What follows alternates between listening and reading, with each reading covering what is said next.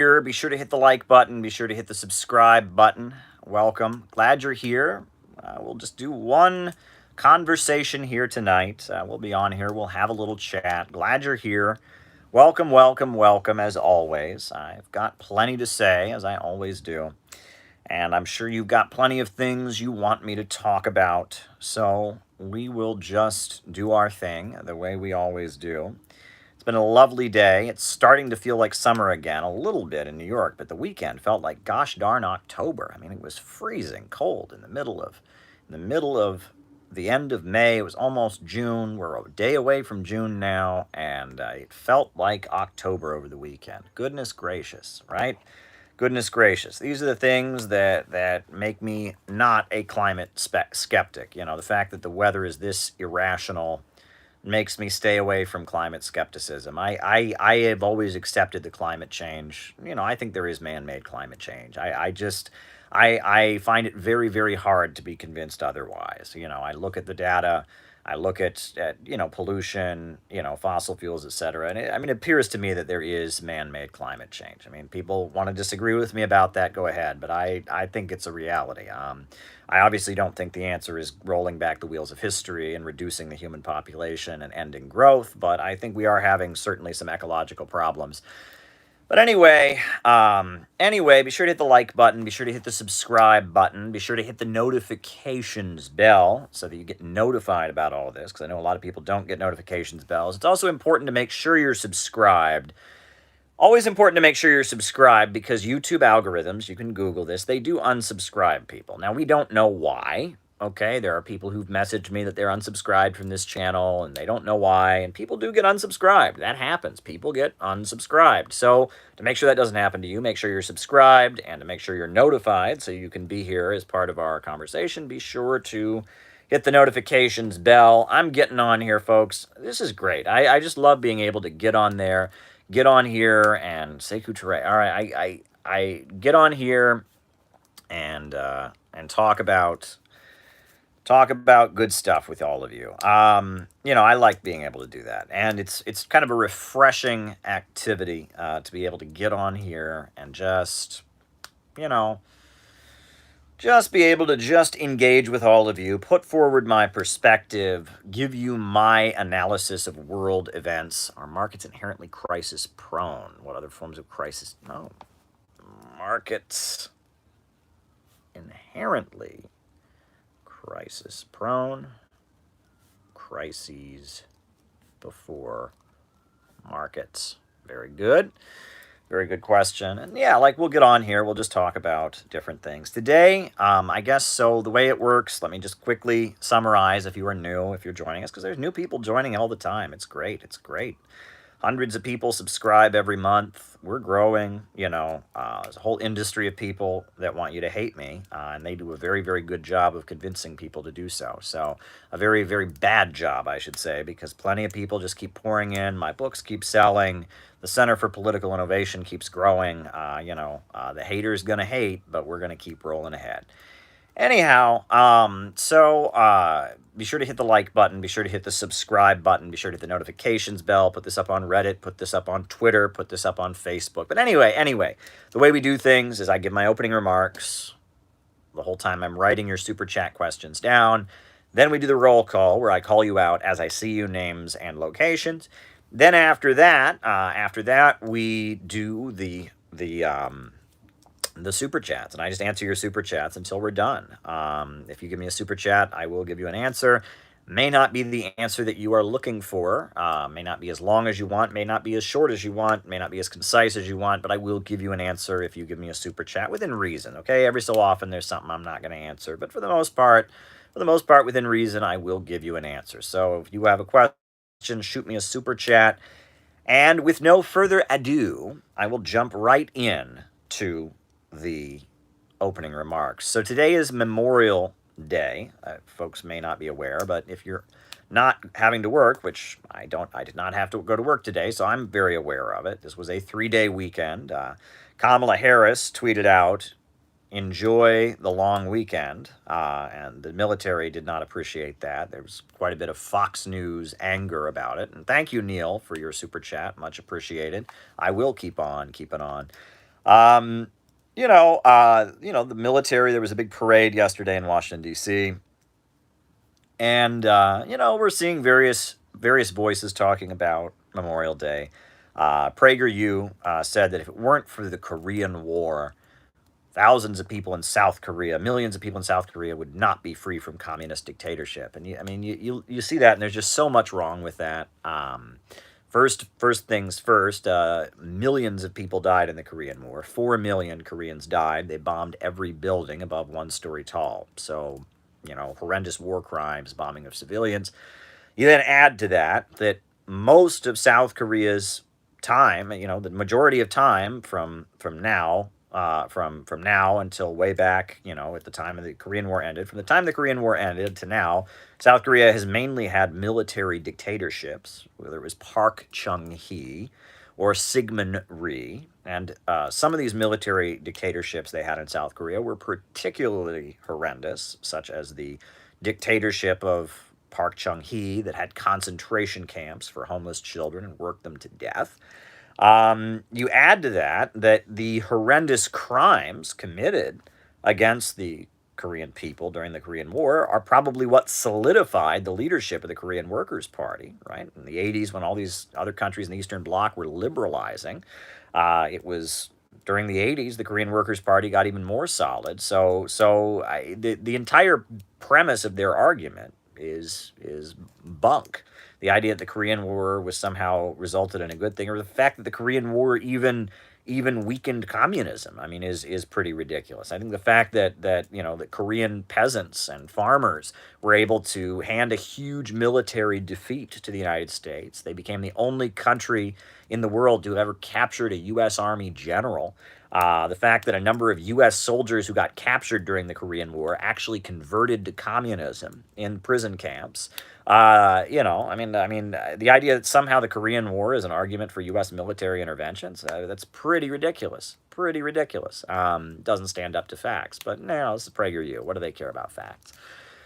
But anyhow, and that leads us, we're going to talk about Memorial Day. And that leads us to a couple things that I do want to say, which is, first of all, I don't know about you, and I've talked about this before. I'm going to talk about it a little bit differently than I normally do. But I don't know about you, but I grew up in a really small town, and I was constantly hearing, especially during the U.S. invasion of Iraq in 2003, I was constantly hearing from people that during the Vietnam War, there were these awful hippies who were protesting the war, and they spit on our soldiers, and they called them baby killers, and it was awful. And that's why no one should ever protest a war again. Even if you don't agree with the war, you have to be silent. You can't protest it, because during the Vietnam War, there were people who disagreed with the war, and they were a bunch of disrespectful hippies who hate America and hate our freedom and hate our troops. And so we,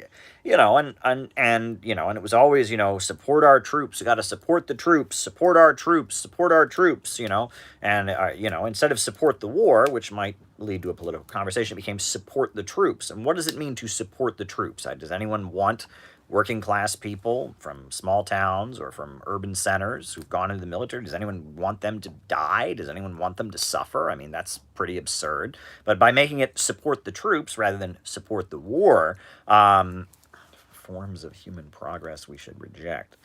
Rather than support the troops,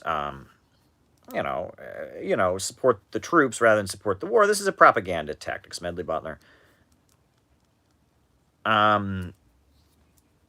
This is propaganda. This is classic. But at the end of the day, it's pretty clear there are a number of people who do not support the troops. They don't support the troops, and they are not hippie anti-war protesters. They're not leftists. They're the American government. Talk to anyone who's ever been in the military. And we should talk about this. I think we should talk about this. And there's a lot of leftists who don't want to go here. Well, we should go here. We should go here, absolutely. I've talked to a lot of people who are ex-military, and they have talked about, how near military bases, they have car dealerships that are set up that have special payment plans that are specifically designed to rip off members of the U.S. military. Did you know that? They have specific programs to rip off members of the U.S. military. You should go read about Gulf War Syndrome. Google the phrase Gulf War Syndrome. Look that up, right? Gulf War Syndrome. Okay? And check out what's going on there. Do you know how many veterans are homeless? Do you know how many veterans are homeless? Do you know how many veterans commit suicide? Here's a piece of information. I got this story from a friend of mine who used to teach at a truck driving school. And he taught at a truck driving school, and they had a special arrangement with the U.S. military that if you'd been a truck driver in the U.S. military, you got, a special scholarship to go there and learn to be a truck driver. And, this guy, back from Iraq, he'd been driving a truck in Iraq. He got back to the United States, got back to Ohio, was learning to be a truck driver. And then, the Paris shootings happened.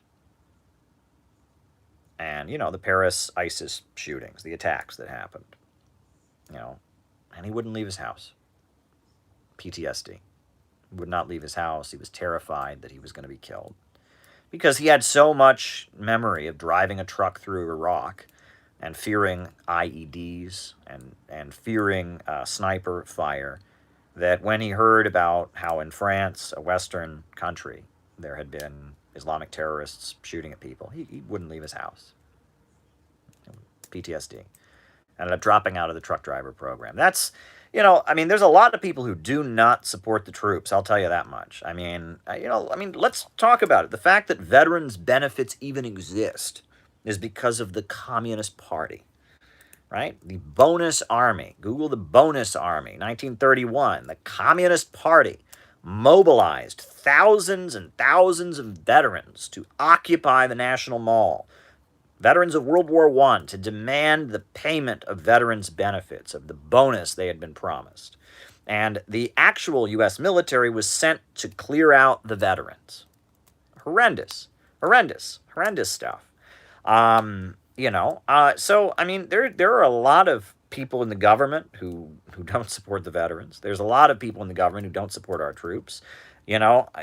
Read about the experimentation on U.S. military personnel, that not only are they risking their lives on the battlefield, they're risking their lives being injected with experimental drugs, and read about some of the stuff that's been done to U.S. soldiers over the years, not by the enemy, but by our own, military researchers when they're testing new drugs, testing new vaccines, testing new bioweapons. Read about it. Don't quote me on it. Go read about it for yourself, because if I say it and I get one little detail wrong, there'll be some schmuck who'll go, he's spreading conspiracy theories. So don't. Just go read about experiments on U.S. military personnel. Go read about testing on U.S. military personnel. Go read the various theories about what could have possibly caused Gulf War Syndrome. Read about depleted uranium. Oh, there's an interesting one. Depleted uranium. Go read about it. Go read about it for yourself. If I get into details, like I said, if I get one little thing wrong, there'll be somebody go, you lied! You're a phony! You're a phony! So there you go. Don't take my word for it. Just go and look, right? Because you by learning to do research on your own, you will be arming yourself with the ability to do it. I'm not on here giving a prepared presentation. I'm speaking off the top of my head while I sit here. Ethiopia, Eritrea. All right, we'll talk about that. Okay.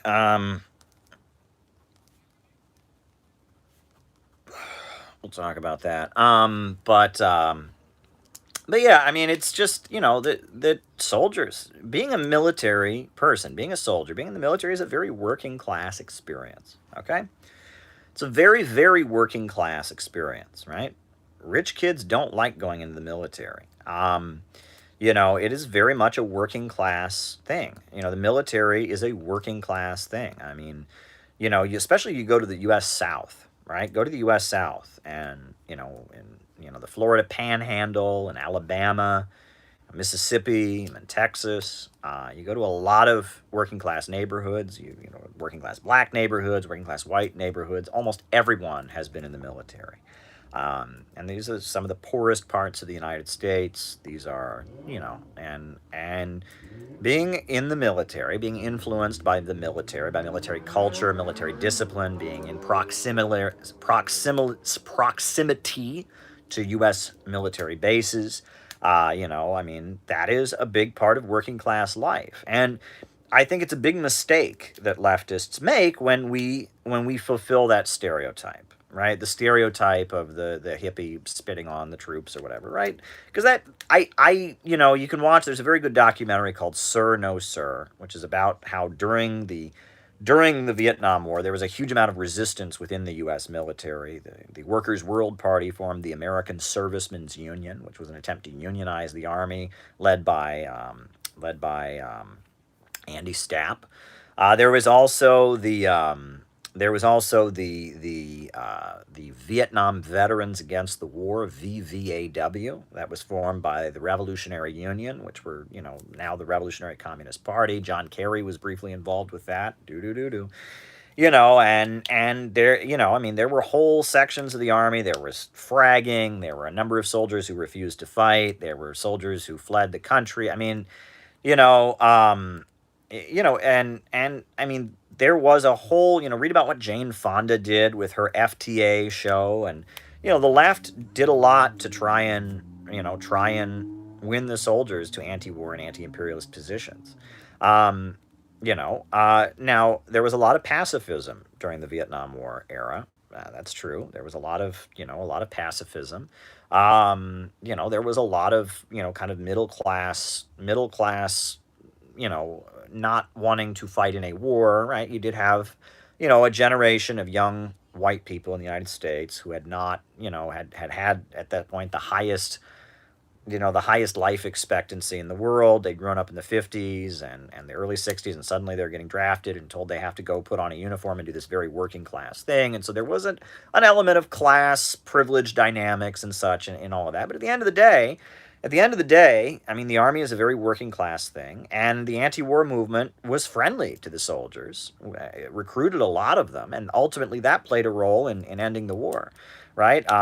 People tell stories about during the Vietnam War on a military base, they would begin the movie by playing the national anthem.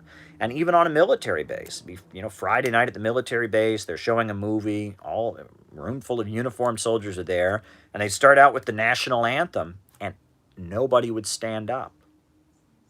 On a military base. Military base, they'd show a movie and everyone would sit there, not stand for the national anthem as a protest against the Vietnam War.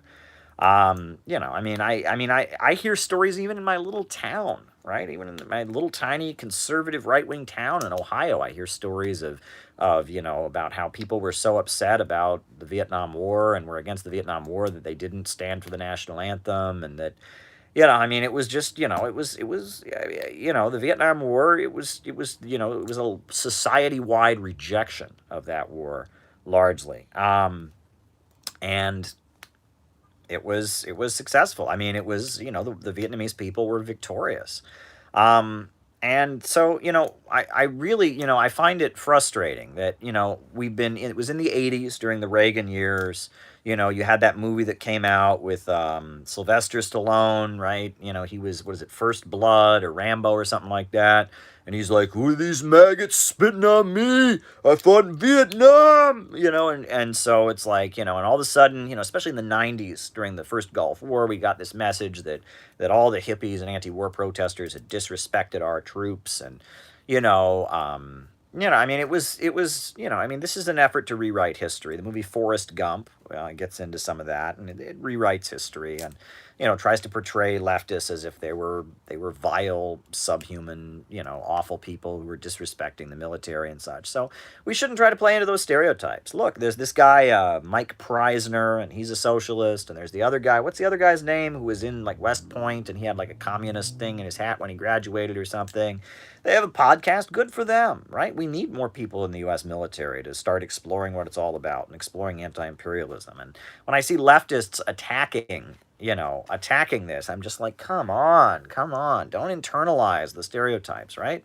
I mean, I'm not encouraging people to join the military. I don't go around. I don't think that's a wise life choice. Trust me. I know a number of people who joined the military and really regretted it. So I certainly wouldn't encourage anybody. Rocky Four. Okay. Certainly wouldn't encourage anybody to join the military. But at the same time, like, the idea that we should shame people who are in the military, come on. The idea that we should not try to win people in the military to anti-imperialist positions, come on, come on. We can do better than this. We can do better than this, right? We really, I mean, as those of us who oppose imperialism, and look, Tulsi Gabbard, right? I mean, she made a great tweet for Memorial Day that also condemned forever wars. And that was great. That was excellent. That condemned the regime change wars and stuff. So, we need to be friendly to that, and we need to realize that not just in the United States, but all over the world, militarism and military discipline and military life and the influence of the military is a big part of being in the working class. Look, working class people fight the wars. The bosses don't fight the wars. Jabba the Vosh doesn't go out and fight the wars. He doesn't go fight the wars, right? Jabba the Vosh, he doesn't go fight the wars, and he didn't go to a school where they had indoctrination and military stuff all the time. He didn't do that. It's working class people. It's not rich kids from Beverly Hills who become the voice of socialism because they're pro-imperialist. It's working class people. If we're going to orient toward working class people, we can't have this fuck the military attitude. We can't. We got to drop that, right? I mean, while you can obviously oppose the wars, while you can discourage people from signing up, this anti-military stuff, this idea that anyone who puts on a uniform is an imperialist and that we shouldn't have anti-war veterans, speak about the horrors of wars. Anti-war veterans in the 70s and 80s were some of the most fiery anti-imperialists. I met some Vietnam veterans who were anti-imperialist, but in the 70s and 80s, from what I understand, there were a lot more active veterans who were anti-imperialist. And I mean, these veterans would get up and talk about, they'd say, I'm a murderer. I shot down Vietnamese people who were fighting for their country. Would get up and talk about what had happened. They would stand outside of recruiting offices. These veterans would, and as people were walking in, they'd say, don't make the mistake that I made, brother. Don't make the mistake that I made. Veterans are a very important part of any revolutionary and socialist movement. It's just we need to not have the attitude that anything associated with the military is abominable. Anyone who's ever been in the military is canceled. That's not okay, right? A lot of people have been in the military, and the military is a part of working class life. And what the military does, they do the grunt work of empire. It's not good. But, we should try to win those people to an anti-imperialist perspective. And that brings me to the big irony of liberalism. The big irony of liberalism. Okay? Right? The U.S. military, the Army, the Navy, the Marines, the Coast Guard, the U.S. Security Services, the FBI, the National Security Agency, the intelligence agencies, the CIA, these are not liberal institutions. Do you think when you join the U.S. military, Idi Amin, you think when you join the U.S. military, they say, all right, everybody, we're here to think for ourselves. I want you to question authority. Sir, yes, sir. We will question authority. We will not do as we are told. We will figure out the point of the world. Is there any truth, Private? No, sir, there is no truth. Everything is just a matter of competing narratives. Are we on the right side in the war, Private? No, we are not. No, we are not. There are only two competing narratives. Are you going to think for yourself, Private? Sir, yes, sir. I will have my own opinion about the world. There is no rational reality. Sir, yes, sir. I will develop my own theory. I will reject ideology. Sir, yes, sir. It's like funny. I mean, it's like you can't have a postmodern military. You can't have a postmodern military. You can't have a liberal military. You can't have a think for yourself military. The military is an ideological organization. The military is a political organization. The military is an illiberal organization. And don't tell me that what they do in U.S. military boot camp is not brainwashing. Don't tell me that. Don't tell me.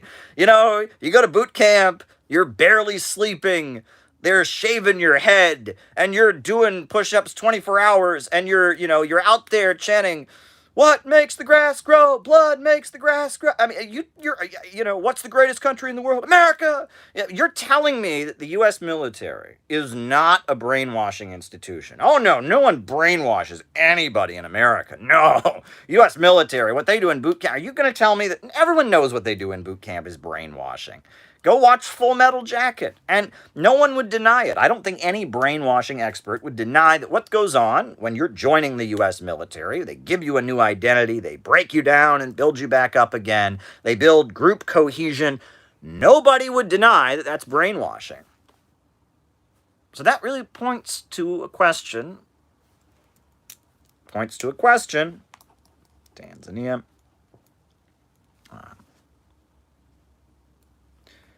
5 years. 10. That really points to a question now, doesn't it? Right? If the great thing about America is that we don't brainwash people here. We think for ourselves. Why, in order to defend our free-thinking liberal society, do we have an illiberal institution? You know, when I was in high school, there was an FBI recruiter who came to my high school. And I remember someone asked, "How do you join the FBI?" And he said, "Well, after you get, screened and all that, and they decide they want you, they take you out to this camp in the middle of the woods." Really? You're out there for months, like 8 months. And during that time, they subject you to, lie detector tests to determine if you're a foreign agent. They teach you all about America and the fight against communism. And this FBI agent, it sounds like the FBI has a brainwashing program for when you join the FBI. But,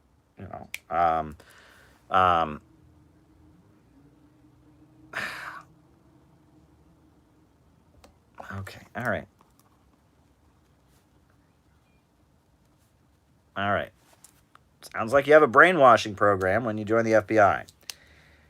Right? I don't know what the CIA does. I've never been to a CIA recruitment workshop, but I have a feeling that when one joins the CIA, one does not simply, they don't just say, "Oh, there's your desk, get started." I'm sure that there is a process through which you become ideological and indoctrinated. And so it's like we have all these illiberal institutions, but we walk around saying America has no ideology, and anyone who tells you that truth exists or right and wrong exists is an authoritarian Nazi who's trying to It's like you can't have our liberal society without having all these illiberal institutions. Is that not a contradiction? Right? That liberalism, the liberalism supposedly of the United States, is propped up by all kinds of institutions that are clearly not liberal. Is that not in and of itself an argument against liberalism? It's like, oh, we don't need ideology. Oh, think for yourself. Oh, there is no truth. Oh, don't join groups. Oh, there should be no group cohesion. Oh, all this stuff. Meanwhile, in order to create this society where we go around arguing that there should be no truth and all of that, we have to have all these institutions of people who get indoctrinated to believe there is truth, that they should fight and die for these truths. Look, there is truth in the world, folks. There is truth in the world. There is right and wrong in the universe. There is something worth living for. There is something worth dying for. Just so happens that Western capitalism ain't it. Just so happens that the rule of profits and huge multinational corporations ain't it. It just so happens that the domination of the world by Western banks and corporations, the keeping of countries in chronic poverty, ain't it. It just so happens that the ideals that people are brainwashed to fight for in the U.S. Army and in the CIA and in the FBI, and that these ideals are false. And that we as Marxists have different ideals. We say that, yes, Yes, right and wrong does exist. Yes, objective reality and truth does exist. Yes, it does. Yes, there are things that are worth living for and dying for. Yes, these things exist. And the things that we represent are much stronger and much more progressive and much more valuable, right? I mean, it's just, right, that liberalism and it's breaking down, everything becomes a matter of opinion, postmodernism, then we shouldn't have an army. We shouldn't have an FBI. We shouldn't have a CIA, right? Because that's bad, right? That's evil, right? And I just felt like pointing that out. So, I just wanted to touch on that briefly. Another thing I just wanted to throw out there, and it's like, I hate to do this, right? I really hate to do this, and I'm going to do it carefully. I'm not going to name names because I don't want to advertise these people, and I don't want it to turn into a back and forth. But, is there anybody who can make a video arguing with me or disagreeing with me without lying? Could they ever do it without lying? This is the strongest argument in my favor that exists. The fact that people cannot make videos refuting me or arguing against me without lying, and lying really blatantly, I mean really, really blatantly, is like the strongest argument in my favor. Right? I mean, these people, they just, I mean, they cannot talk about me without lying. Okay? And I mean, there you go. That's it. Now, something that's great. So a certain person made a hit piece on me, and I'm not going to advertise them. But they started it out admitting that they're being paid to do it. That somebody on Patreon paid them to do this. So there's anonymous people on Patreon approaching other content creators, sending them my content, and giving them money. Look, folks, it's interesting. I'm on Patreon. That's true. And it may happen someday. I have not yet been approached by anyone who gives me money in order to argue against somebody. Never has that happened. I made a polemic against, Skippy the Bear, importance of believing in truth. I made a polemic against, I've polemicized against different people. I just wrote a whole book against BreadTube, but never has anyone ever come to me on Patreon and said, be sure to do a hit piece on so-and-so. Never. So this person begins by admitting, okay, yeah, someone's paying me to do this hit piece on Caleb. I don't really watch Caleb's content, but somebody offered me money to do this. Now, we don't know who that is. But isn't it interesting that there's some mysterious actor out there who is willing to pay cash to people to criticize me? Now, I thought it was just a weird coincidence that I've got 16,000 subscribers at this point, and somebody with 100,000 subscribers, is doing hit pieces on me, and I thought that was suspicious. I thought, what's this about? Well, now we have a confession that there's somebody out there who is so determined to try and inoculate people against me, so threatened by what I have to say, that they are shilling out cash to try and pay people to refute what I have to say. Can you believe this? Now, I have a job. I work in TV and all that. They ain't paying me to do this. I am not getting paid by my job to do this. I do this in addition to my job. It has absolutely nothing to do with my job. I post my videos on this channel, but this is not a state-sponsored operation. This is not connected to my job in any way, really. I mean, this is my personal YouTube channel. I'm being me. But there are people shilling out cash to refute me. Not even to refute, what I'm saying, not to refute, anti-imperialist. There are people shilling out cash, paying people to do hit pieces on me, okay? Now, if you think that what we're doing here is not an amazingly huge threat to certain powerful interests, that's all the proof you need. We have a confession that this person... So, this person, this low-level content creator admitted, okay, yeah, one of my Patreons paid me to just do a hit piece. Okay, so be aware of that. The other thing is that this hit piece, just like all the others, baits me over anti-imperialist countries. Interesting. You know, I take a lot of controversial positions on all kinds of things. I'm against the death penalty. You might be for it. I say we should wear suits. We should be suit socialists. I am critical of the woke left in a number of ways. But this video that was paid work, we now find out, really focuses on how bad it is that I equate socialism with Iran and with China and with Russia and with Nicaragua, and that how I should not be linked. Interesting. Now, isn't it interesting that okay, so there are people shilling out cash to get people to do hit pieces on me.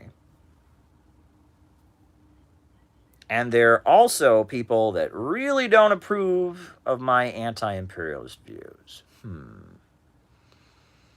Now, I'm not gonna start making connections that are not there. I'll let your mind do the work about what's going on here.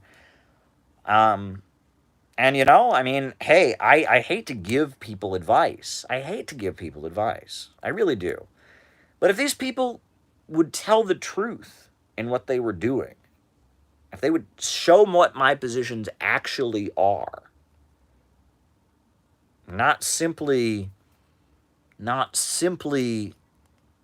misrepresent them, it would be much more effective. They don't do that, right? And I have had so many people, I could show you all the messages. So many people have come on here and they've said, Caleb, I first heard about you in one of these nasty hit pieces that somebody did. And then I started listening to your content. And I realized you aren't any of those things. Embargo, I'm not any of those things, right? I am not a white supremacist. I am not a Holocaust denier. I am not a neo-Nazi. I am none of those things. I'm not a Trump supporter, right? I'm not a conservative. I'm not on the right. And it's like they could criticize me for things I actually say that they disagree with. But they don't do that. And so people hear about me in one of these hit pieces. They go to watch me and they go, wait a second. That's not what he said. That's not, and it's like the whole thing falls apart like a house of cards. And I've got a new supporter, and I've got a new friend, I've got a new comrade. This has happened over and over and over again. These people are shooting themselves in the foot. They're shooting themselves in the foot. So, whatever. I mean, they can do what they want to do, but it's just worth pointing out how these things tend to work, right? And I mean, the viciousness that these people have. There you go. The viciousness that these people have, it basically becomes self-defeating. They are unable to accomplish their mission because they are so determined to smear me that they do so in such obviously dishonest ways that the whole thing falls apart like a house of cards, and I come out the winner. This has happened over and over and over again. Over and over and over again. So we should just keep expecting it. But now we know for a fact. I had suspected that there was cash being handed out via Patreon and other places in order for people to go after me. Well, now we have a confession. I'm going to save the video, make sure we keep that. We have a confession. Somebody has admitted that, yes, he is a content creator, and yes, somebody did shill out some cash to incite them against me. Right? Someone had shilled out some cash for this person to attack me. So now we know it. It is a matter of public record that I am so important to somebody who's got money that they are shilling out cash to low-level content creators to make hit pieces on me. Now, I am glad the person admitted this in the video. That is far more valuable than anything they said in the video, right? They said a whole bunch of stuff in the video that was, like, ridiculous. I could get into specifics, but I'm not going to. And it's just, again, you just sit there, and it's like, lie, lie, lie, lie, lie. And then the person is stupid enough to actually show footage of me, and they'll be like, here, Caleb said that the woke left are the enemies, and we should support Donald Trump. And then it, like, cuts to me specifically not saying that. And it's like, that doesn't show me saying that. And show me saying, I'm not sure what exactly the position of my political opponents will be about this issue. Here's where he said gay people are, he's clearly alleging homo. It's like, no, no. I mean, it's just these people are shills. These people are whatever. But we now know that there are people shilling money. There are people handing out money to go after me. So if you don't think what we're doing here is important, if you think this is all just a bunch of pseudo-intellectual wankery, you think that I'm just, some guy sitting in his bedroom in Brooklyn talking out of his ass into his web camera, rambling about Marxism and imperialism and capitalism, and nobody pays any attention to him. You are wrong, good sir. You are wrong, good sir. What we are doing here is very important. It's so important that people are being paid to try and stop what we are doing here. So that means a lot of people are listening. That means the impact of our words is very important. And that means that we should be careful, right? That means that what we're doing here is very important, number one, but it also means that we are in more danger than we thought. Those of us who are involved with trying to actually build a community of solidarity and actually get something going, actually get the CPI off the ground, we should remember there are, and I have been, I don't want to be paranoid, but there are people who really do intend to do us harm. Look, we know Vosh has basically tried to incite violence against us, right? I was debating Vosh. And I said, you equate people on the far right, neo-Nazis, with tankies. That's a call for violence. You're advocating violence. And he said, just you, meaning that he does advocate violence against me, right? I mean, he says, just you, meaning I do advocate violence against you, not all the other tankies. Vosh admitted that, right? And that their goal, and there's a number of YouTube or social media accounts that do this, they're actively trying to incite violence against us. I mean, and there has been some, COINTELPRO-ish shit that has gone on. I've not been the victim of it. And I don't want to get into specifics, but, before the pandemic, when people were still having public events, there were some, leftists targeting other leftists, etc. And I'm not going to get into specifics about that because I don't want to advertise for them. But, that is their goal. Right? So in their minds, if you don't support U.S. sanctions on China, if you don't repeat U.S. allegations against China, if you don't do that, you must be killed. You deserve to die. That is what they believe. And I'm not joking, right? The only good fascist is a dead one, and anyone who supports existing socialism is a fascist. So therefore, you deserve to die. According to Vosh, if you're watching this right now and you agree with me, you should be killed. You should die. Vosh wants you exterminated. He wants you wiped out. Did you know that? Vosh wants you to die. Right? I mean, you should just, if you're watching this, if you're doing anything other than hate watching this and screaming curse words back at me right now, Vosh wants you dead. Okay? And so does Skippy the Bear. Right? Calls us crypto-fascists, advocates violence against any, says that I am a crypto-fascist, which I am not, says that any violence against people on the far right is justified. Skippy the Bear also wants you dead. Wants you dead. Keep that in mind. He wants people to kill you. All right? I mean, this is their own words. They've said on the one place that we in our community that are constantly talking about fighting racism and constantly talking about, the rights of people that are marginalized, there's many trans members of this community. All of us are Nazis, number one, which we are not, but according to them, tankies are the same as Nazis, number one. Number two, if someone is declared a Nazi, it's okay to murder them. So BreadTube wants you dead. BreadTube believes that it is okay to kill you. And by calling us crypto-fascists, by putting that message out there, they are hoping to incite people to kill us. Okay? Now, this sounds far-fetched, but I'm sorry. It's like a math problem. Okay? It is okay to kill Nazis, right? Tankies equal Nazis, therefore it is okay to kill tankies. That's what they're saying. I mean, this is like, if A equals B and B equals C, then A equals C, right? If tankies are Nazis, and it is okay to kill Nazis, then therefore it is okay to kill tankies. That's what these people think. They are on here, they get on these streams, and they can't just say we're wrong, and they cannot just say that we're incorrect. No, no, no. They get on there and repeat over and over and over again that we are the same as the Ku Klux Klan, that we're the same as the American Nazi Party, that we're the same as you know, as Mussolini or whatever.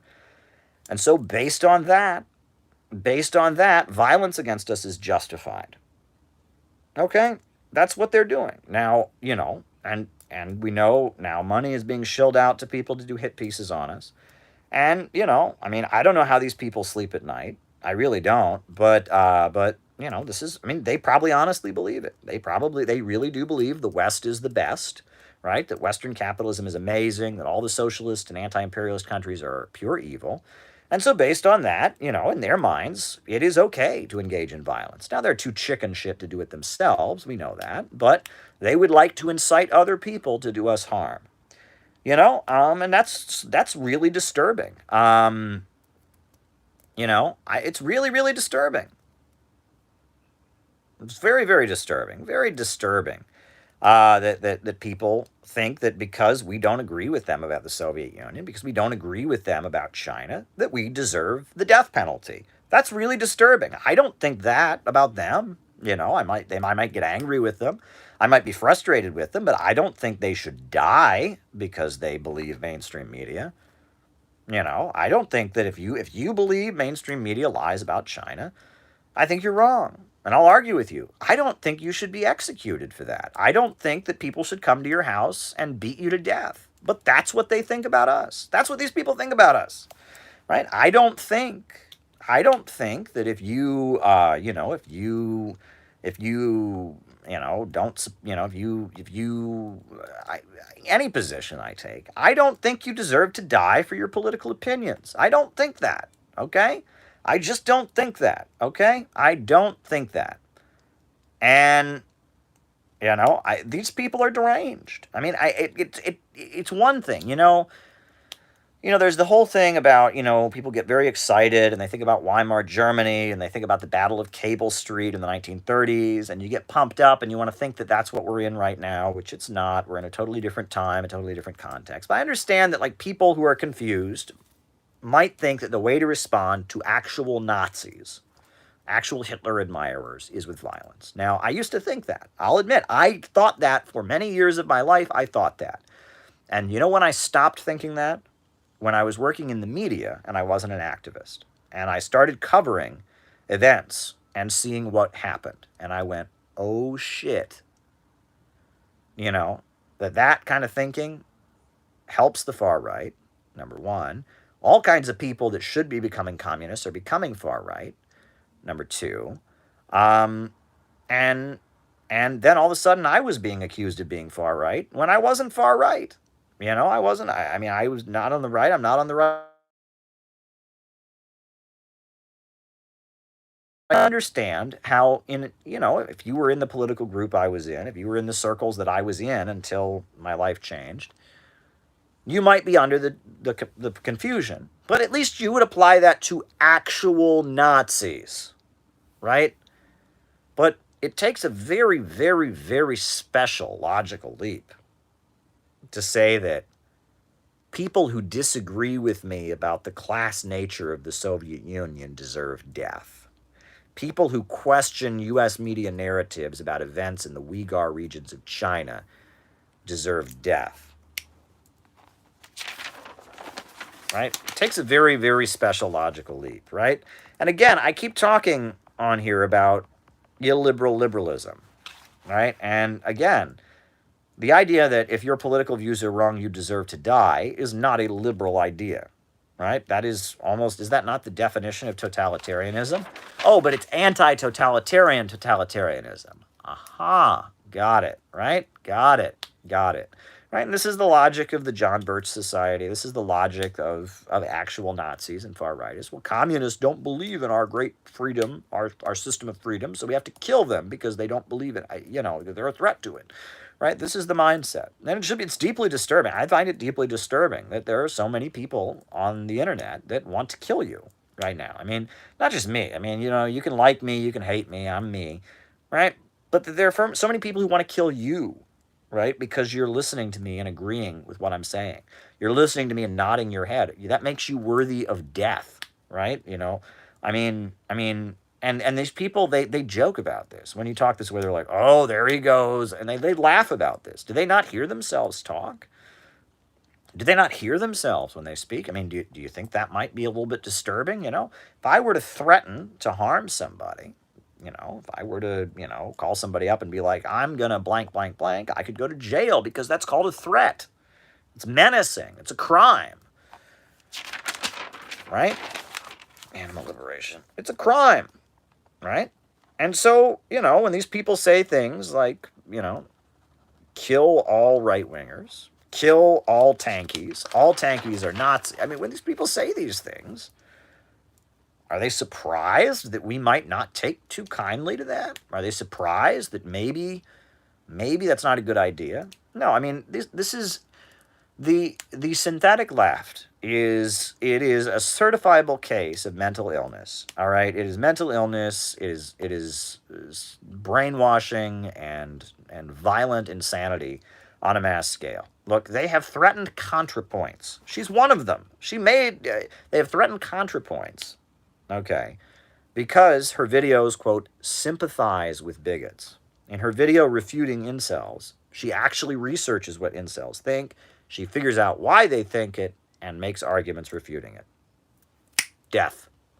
Seriously, right? Oh, and her video on Jordan Peterson, she investigated Jordan Peterson, found out why people liked Jordan Peterson, made a video refuting his ideas. Both of those videos are very good. The Peterson video and the incel video by ContraPoints are very good videos because she actually investigated why people believe these things and refuted it. I loved it. I thought they were both tremendous videos, and they both made very good points. I don't like incels, and I don't like Jordan Peterson, but I'm interested in what the appeal is. She made very good pieces on them, and she didn't lie about what they said. She actually investigated what they said. She found out why people believed it, and she presented a very strong, coherent argument against it.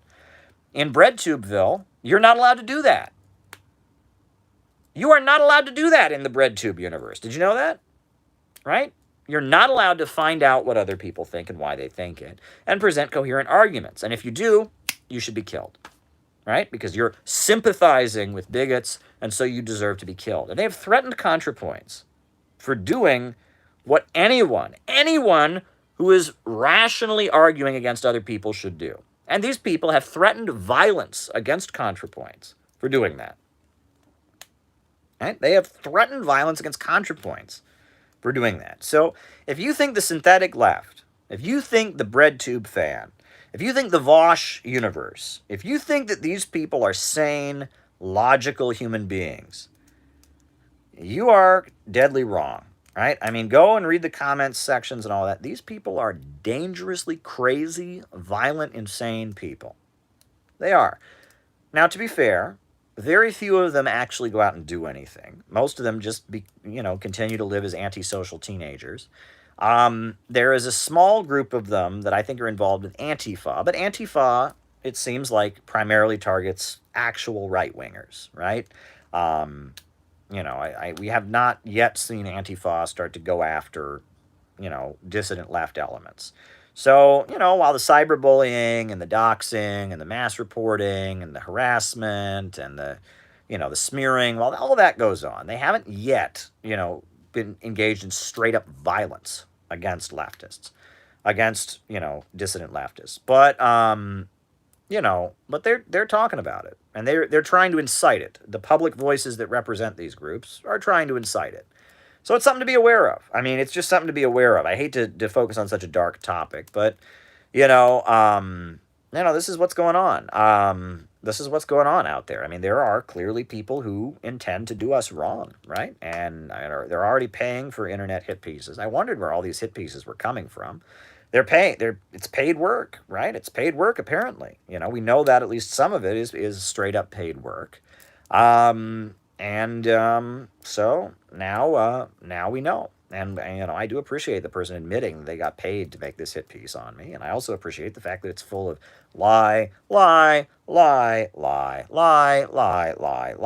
just walk in, it's like, I mean, at one point, Okay, I couldn't resist, but I'm just going to mention this. So, at one, well, no, I'm not even going to mention it because I don't want to feed the, you don't want to feed the monster, and I probably just spent the last 20 minutes doing just what I try my hardest not to do. I couldn't resist. So there you go. All right, folks, I'm going to take another drink of water, and then we'll do our roll call. And then I will call you out as I see you, names and locations, and then we'll do the what is it called, the super chats, and then we're done. So all right, it's been a long month of May. This is the last day of May, and we got Rafael in Brazil. Welcome, Rafael.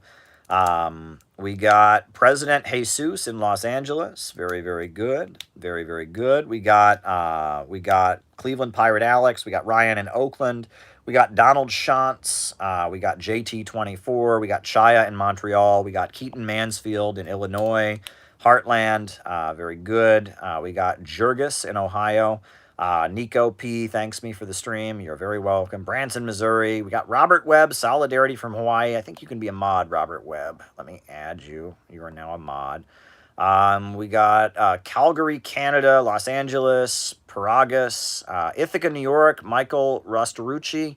Very good. Adelaide, Australia, Richie in Staten Island, West Palm Beach, Los Angeles, Joey from McKees Rocks, Dana Annex in Chicago. We got Upland, California, house sitting. Kieran from San Diego. Vinicius in Brazil. Springfield, Missouri. Tucker Marks. Balthazar in Oakland. Union County, New Jersey. KCMO, Kansas City, Missouri. Temple City, Auckland, New Zealand. Jenny Lynn, Portland, Oregon, St. David's, Bermuda, Ramiro out in East LA. Shout out to you, Ramiro. West Palm Beach, Jenny Lynn in Cincinnati, Ohio, David in China, Pomona, California, Orange County, Parasocialite, Tristan in Maryland, Jared from the United Corporations of America, Nate from Sydney, Australia, Lai in Portland, Oregon, Bendigo, Australia, Leo from Mexico, Manhattan, Liverpool, Terre Haute, Albany, Lawrence Chu, James Kane in Massachusetts, Andrew Ray in Atlanta, Georgia, Nate in Chicago, Verathius in Burbank, Jared from Virginia, Hi from London, says Ellie McCarthy, Anchorage, Alaska, Lagos, Nigeria, Northern California, Meredith and Quinn in Longview, Washington, Calgary, Canada, Nashville, Wandering Left, Netherlands, Dust James, yo, mention it, please. What am I mentioning?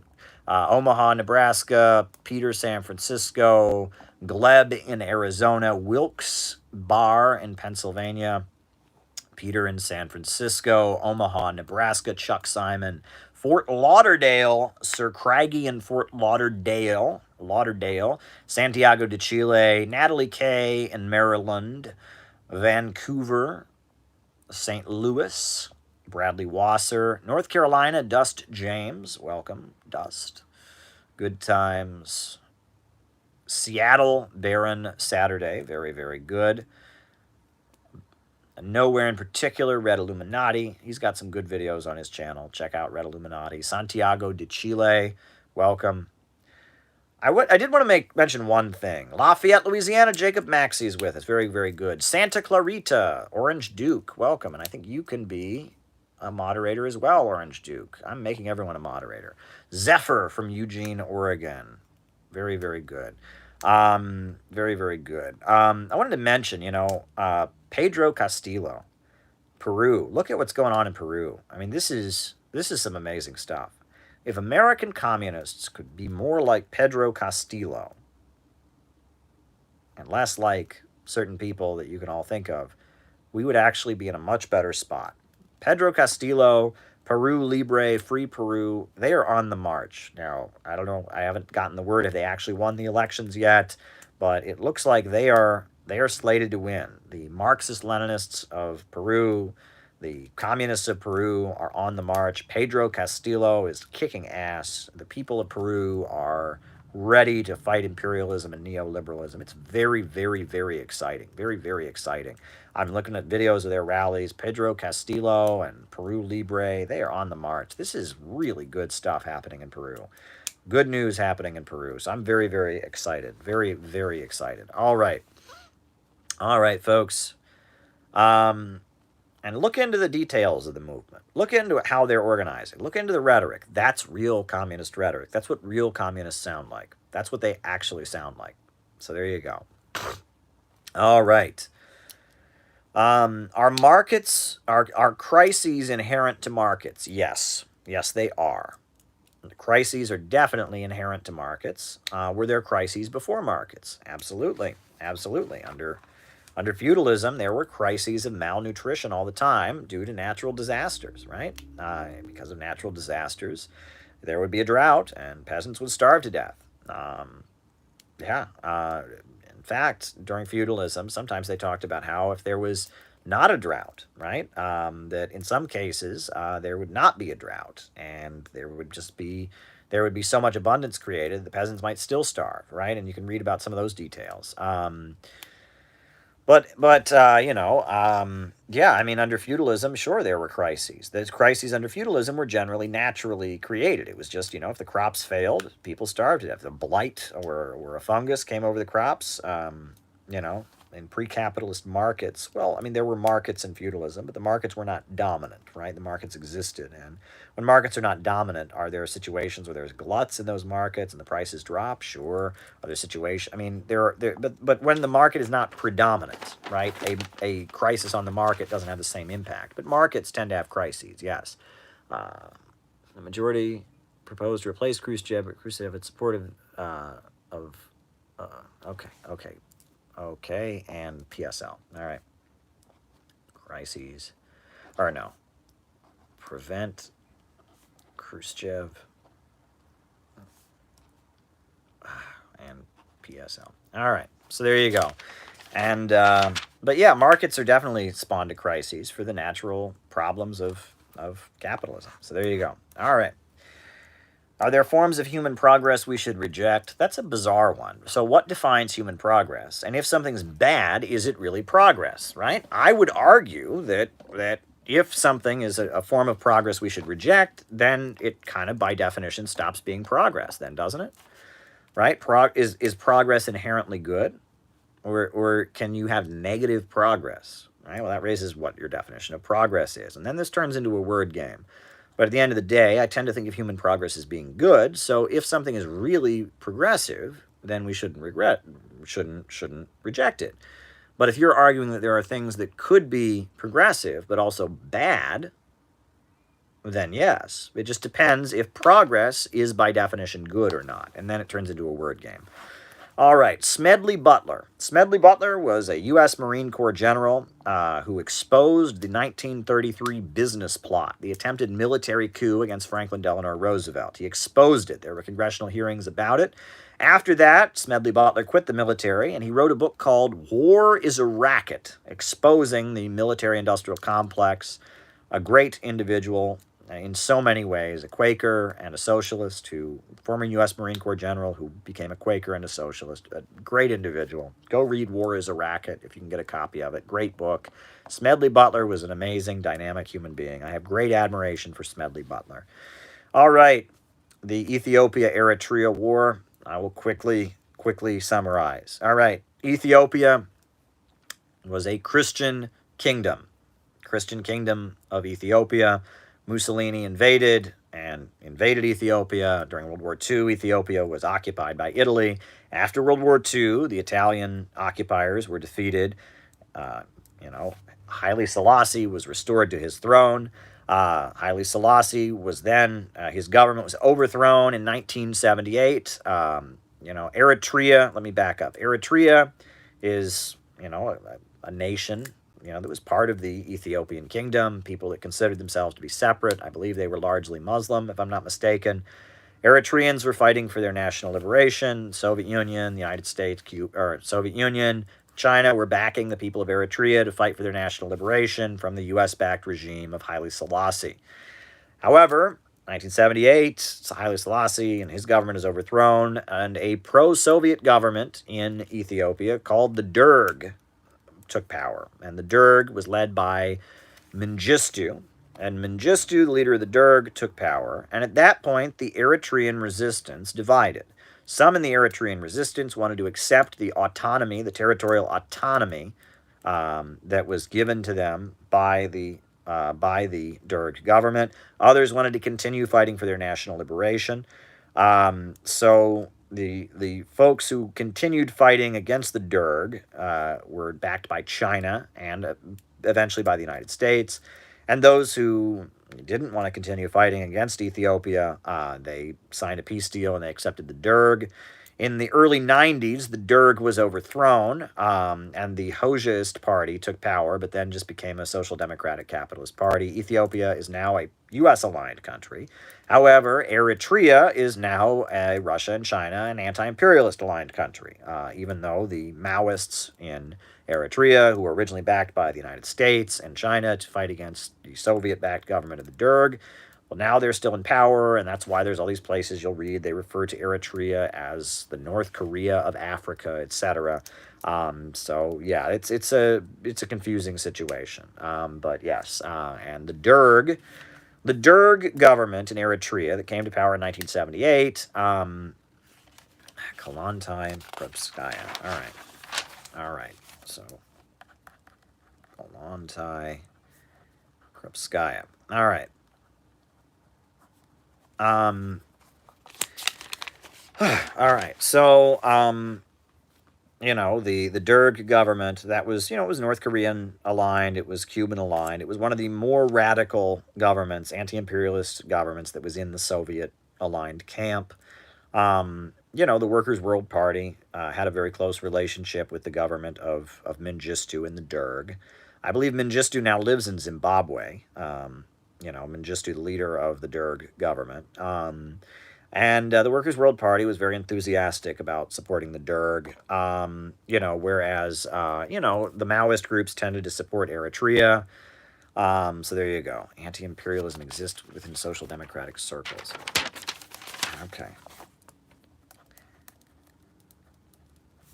Imperialism. Soc Dem circles. So there you go. I don't know what more you want me to say about the war there. Intersectionality.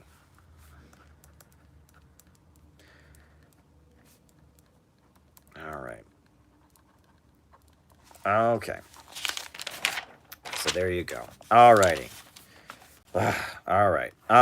Is Rocky IV propaganda? I've never seen Rocky IV. I've seen the first Rocky movie. That one I saw. The very first Rocky movie I did see. I got it from the VHS tape from the library when I was a kid, and I watched Rocky Balboa, and he's got the girlfriend, and the girlfriend's brother is yelling at him, and, he loses the match, but spoiler alert, oops, but I've seen the first Rocky. I haven't seen any of the other Rockies, so I really don't know. Is Rocky IV the one with the Soviet guy, or is that Rocky II, or I don't know. I've never seen any of the other Rockies. I just saw the first one. All right, Idi Amin. Idi Amin was the leader of Uganda, I believe, and he was like an authoritarian. He was backed originally by the United States and Israel, but then he kind of did his own thing and was kind of anti-imperialist or whatever. And I don't know, he wasn't really a socialist or whatever. He was just like an African military strongman, I believe, and the United States was sometimes with him and sometimes against him, and that kind of thing happened during the Cold War. You'd have these individuals. Idi Amin is widely known to have committed pretty horrendous, atrocities, and I believe it was Tanzania and Julius Nyerere, the socialist government of Julius Nyerere in Tanzania, that ultimately overturned him, right, if I'm not mistaken. I will say this, as much as I'm not really a fan of Idi Amin in terms of I don't think he was a good leader. I don't think he was a great anti-imperialist or anything like that. He looks like he was just kind of a strong man who sometimes he was a Bonapartist strong man who sometimes he went one way, sometimes he went the other. I don't see any big benefit to his leadership. I don't think he did a lot to help the people of Uganda or anything like that. I will say this, though, which is I tried to watch this movie.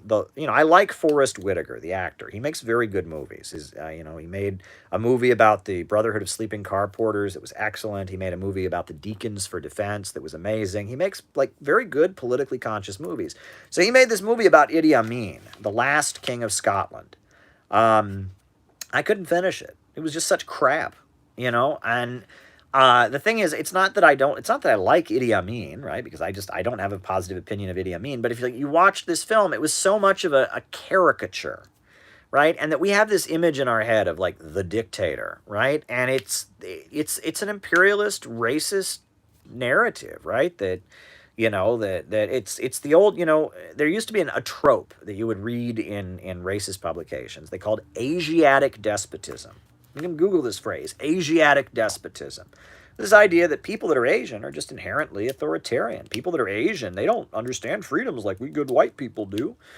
You know, and it's like it's this racist trope that people in the developing world, they just don't understand our Western ways of freedom. I mean, and it's a really ugly stereotype. And I mean, this Last King of Scotland, I'm watching this. I love Forrest Whitaker's work generally, but that movie was awful, and I don't even like the guy they were demonizing. I just saw this, and it was just like they're making this leader of an African country look like an overgrown child or something. It was awful. It was just awful. I couldn't finish it. It was just an awful film.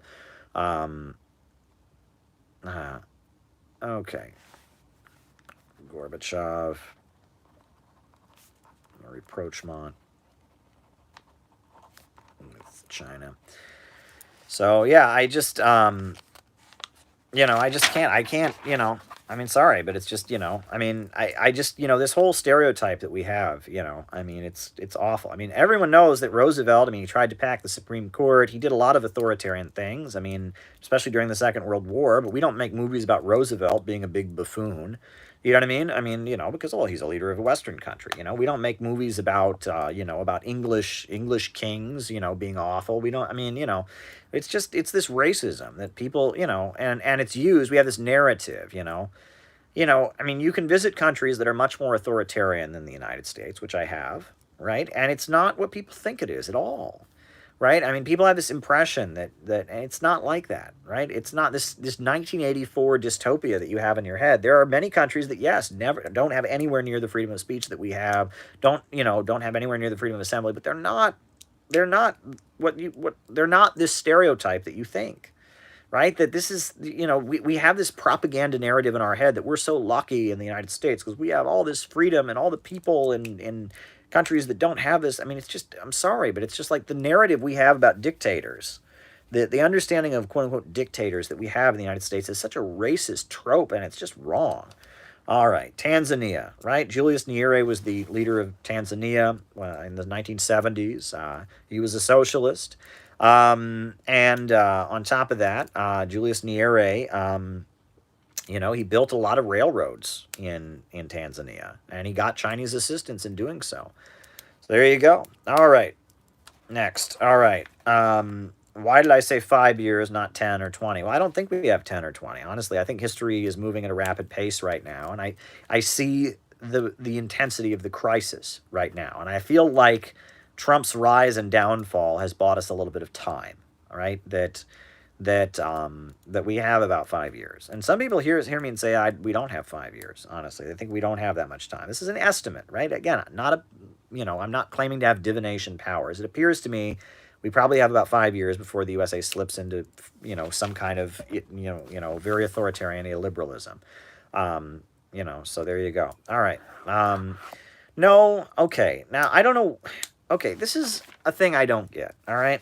Why do people do this? Like that super chat someone got me. I know the Hearst Wiesel song. That was the anthem of the Nazi party, right?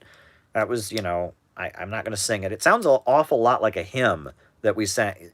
Okay, the person asked about the Hearst Wiesel song and Deutschland über alles, and they said, "Oh, I'm totally wrong in saying that Deutschland über alles was Nazi because everyone knows the Nazi song was the Hearst Wiesel lied." No, I know both of those songs because when I was in college, I kind of laughed because when I was in church when I was a kid, I went to a church in Ohio, a mainline Protestant church, and we would sing two hymns, and one of them was "Glorious things of thee are spoken."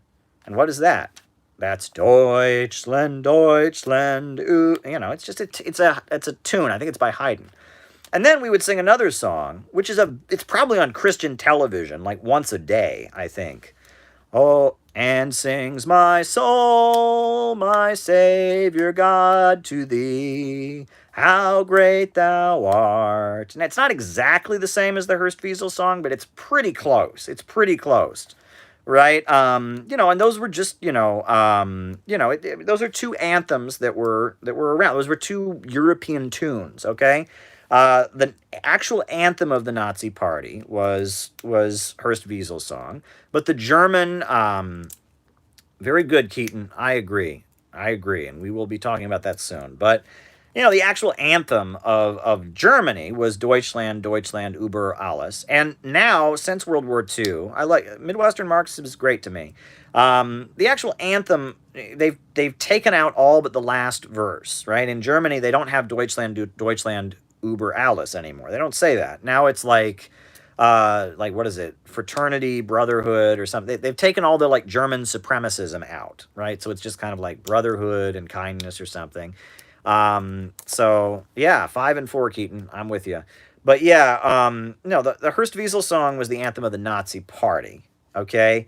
And Deutschland, Deutschland über alles was the actual national anthem. It's still the tune is the national anthem. They've taken the first, they've taken out all but the last verse, which is not as authoritarian.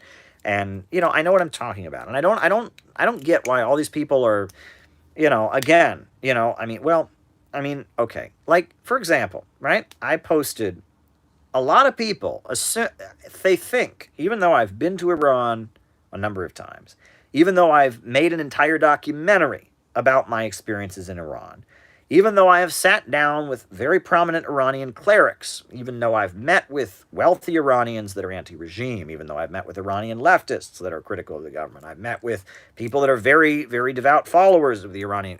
I've been all over Iran. I've not just been to Tehran. I've been to Mashhad. I've been to Shiraz. I've been to Bandar Abbas. I've been all over Iran. I mean, and I don't claim to be an expert on Iran. Like I know absolutely everything. Okay, I don't. I'm not Iranian. I don't speak the language, so I don't claim to know absolutely everything. But I continue every so often to get people who send me messages informing me that Iran is not a Marxist country. No, really? Did you know? I bet you didn't know Iran executed a bunch of Marxists. No. In 1988, there were mass executions of Marxists in Iran. No! I had no idea! Oh my God! Thank you for telling me that. Oh, I can't believe I went to Iran and made these documentaries. If only they'd told me this. I had no idea that there was the Iraq-Iran war and that there was execution. Oh my God! Oh, thank you, wise guy on social media, for telling me this. If only I had known, I would support the USA colonizing Iran. I would oppose lifting the sanctions. Oh, thank you. You think I don't know about all of this? You think I have not read in depth about what happened to the Tudeh party, what happened to the People's Fedayeen guerrillas, what the strange political evolution of the Mujahideen Khalq, and how they evolved from being this weird Islamo-Marxist sect to basically being neocons. I mean, it's like, there's all these people that have this very snide, condescending attitude, and it's like, got ya, and it's like, no, you didn't get me. I know about this. I know about the Iraq-Iran war. I know about the fact that during the Iraq-Iran war, the Soviet Union gave a lot of weapons to Saddam Hussein, was the main supplier of his weapons. I know about this. I know about how, there was a crackdown on leftist thought in the immediate aftermath of the revolution. I know about how in 1988, there was a lot of execution of political freedoms, or of political dissidents in Iran. I know about this stuff. Yes, I do. I do know about this stuff. Believe it or not, I still don't support the imperialists. The most annoying thing, okay? And this is why, it's like, the thing is, I'm religious now. I am, right? I do believe in God. I do study the Bible. But when I was an atheist, right, I would get so annoyed. I would get so annoyed when I was an atheist. I would tell people that I was an atheist, and they would be, "Aw, did you get hurt in the church?" It's like, no, maybe I just don't agree. It's like, there's always this arrogance on the part of people who disagree with you, that you couldn't possibly have a reason you couldn't possibly know something that they don't know. You couldn't possibly have a different interpretation of world events. You just clearly aren't as smart as they are. So, when I was an atheist, when I was a teenager, I would tell people I don't believe in God. And they'd be like, oh, did you get hurt in the church? I'd be like, no, I just don't believe it. Which at that point, I was telling the truth. I didn't believe it. And when I meet people who are atheists, I don't go, oh, you must be stupid and not know everything I know. Oh, you must have some deep emotional crisis going on, because clearly the default position is what I believe. In this world, what you believe is generally not the default position, right? I mean, I'll just tell you, right, that, the world is so full of people with so many different views and so many different perspectives, right? You should never assume that what you believe is the de facto position. You shouldn't assume that, because, I live in New York City now. Do you know how many people there are from so many different countries? There are so many different religions, so many different worldviews. If I went around and every person who said they're not a Christian, I said, oh, did you get hurt in the church? I'd look like an idiot. Because it's like, no, I've never been to a church. My family is from the Middle East. I'm a Muslim, No, I mean, it's just this arrogance, this arrogance that people have. I mean, it's just, come on. You know what I mean? Like, come on, right? Yes, I know about political repression in Iran. Yes, I know. I saw the New York Times story about a Marxist being arrested in China. Yes, I saw that. Yep, Yes, me saw that. Yes, I did. Yes, I know Roosevelt, interned the Japanese. Yes, I'm aware of that. Ugh. It's like talking with people about politics can make your head spin. You don't want to assume you know more than other people, right? Yes, I know about the Hearst Wiesel song. Yes, I know about it. I do know about it because it sounds an awful lot like How Great Thou Art, just like Glorious Things of Me Are Spoken. And yes, I know what I'm talking about. I generally do know what I'm talking about, But there you go. I don't know. I apologize, Jared. You didn't deserve that. But it's on my mind. I'm tired of this, I don't know. It's like, if I approached every person who disagreed with me on the assumption that they couldn't possibly know anything that I don't know, it's not a good look. Not a good look. It's not a good look, right? Not a good look. You want to give people the benefit of the doubt. You want to listen to other people. That's one of the problems, I think, with internet discourse. I've noticed this. When people are on the internet, and especially around issues that are hotly emotional, but they're not the kind of, they're not arguing about history, they're not arguing about economics, they're just arguing about, is this person racist, is this person sexist? It's like a lot of times what people are saying is, you don't know my pain. Have you ever seen this? I see this a lot on the internet. It's that, I have suffered in relation to this issue. You don't know my pain. That's what a lot of people are saying when they get very angry with you on the internet. What they're saying is, I want you to be aware of the fact that I have suffered. And until you actually listen to that person, which is impossible. In the internet, you can't do it. It doesn't work over the internet. But in the real world, when someone gets very angry, a lot of times what you need to do is listen to them. I'm just being serious. In the real world, it doesn't work online, because online you can't see the other person. You're not going to. But in real world, when someone's very, very angry, when someone's really, really angry, and in situations where someone's saying, you're racist, you're sexist, you're homophobic, thank you, Andre. What they really are saying is, I want you to hear my pain. That's what they're saying, right? If someone's fired up at you and they think you're homophobic, or they think you're sexist, or they think you're racist, what they are saying is, I have suffered on account of my race. I have suffered on account of my sex. I have suffered on account of being trans or being LGBT. And I want you to be aware of my suffering. That's what they're saying. And that something you have done has reminded me of that suffering. I want you to be aware of the suffering that I have had. And in that situation, ultimately what you need to do is listen to that person. Don't defend yourself. Don't say that you're not racist or sexist or transphobic. Don't go there. Listen to the person. That's the best thing you can do. And I've noticed that on the internet, when these internet debates just spiral downward, it's often competing pain. right? It's somebody who's saying, you don't know my pain. And the person is shooting back, well, you don't know my pain.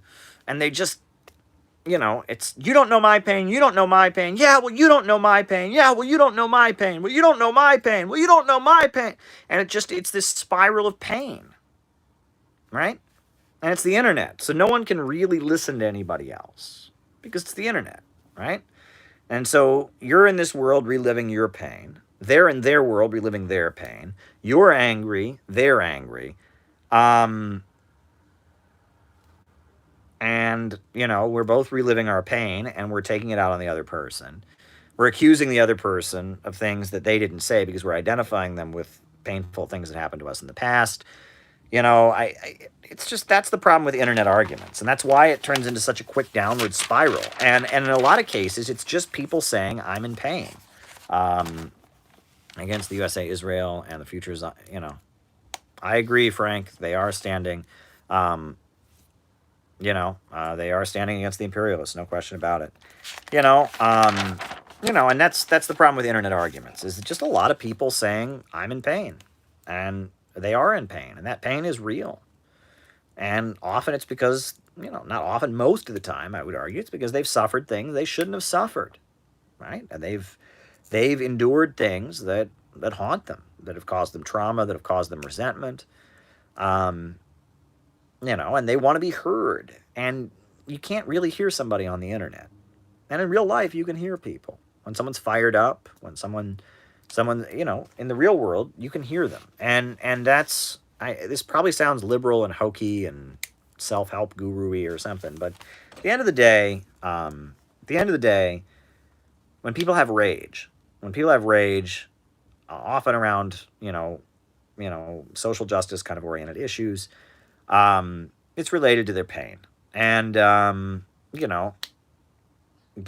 the people be heard, and let their pain be acknowledged, and acknowledge their suffering. Don't ignore it. Don't belittle it. Don't try to defend yourself. Don't try to separate yourself from it. Don't try to show that you were right. Listen to them. That can be the best thing you do. In some cases, when someone's upset, the best thing you can do is listen to them. Just listen to them. All right, the importance of truth for socialists. Well, look, if we can't agree that the truth exists, right? If everything becomes a matter of opinion, and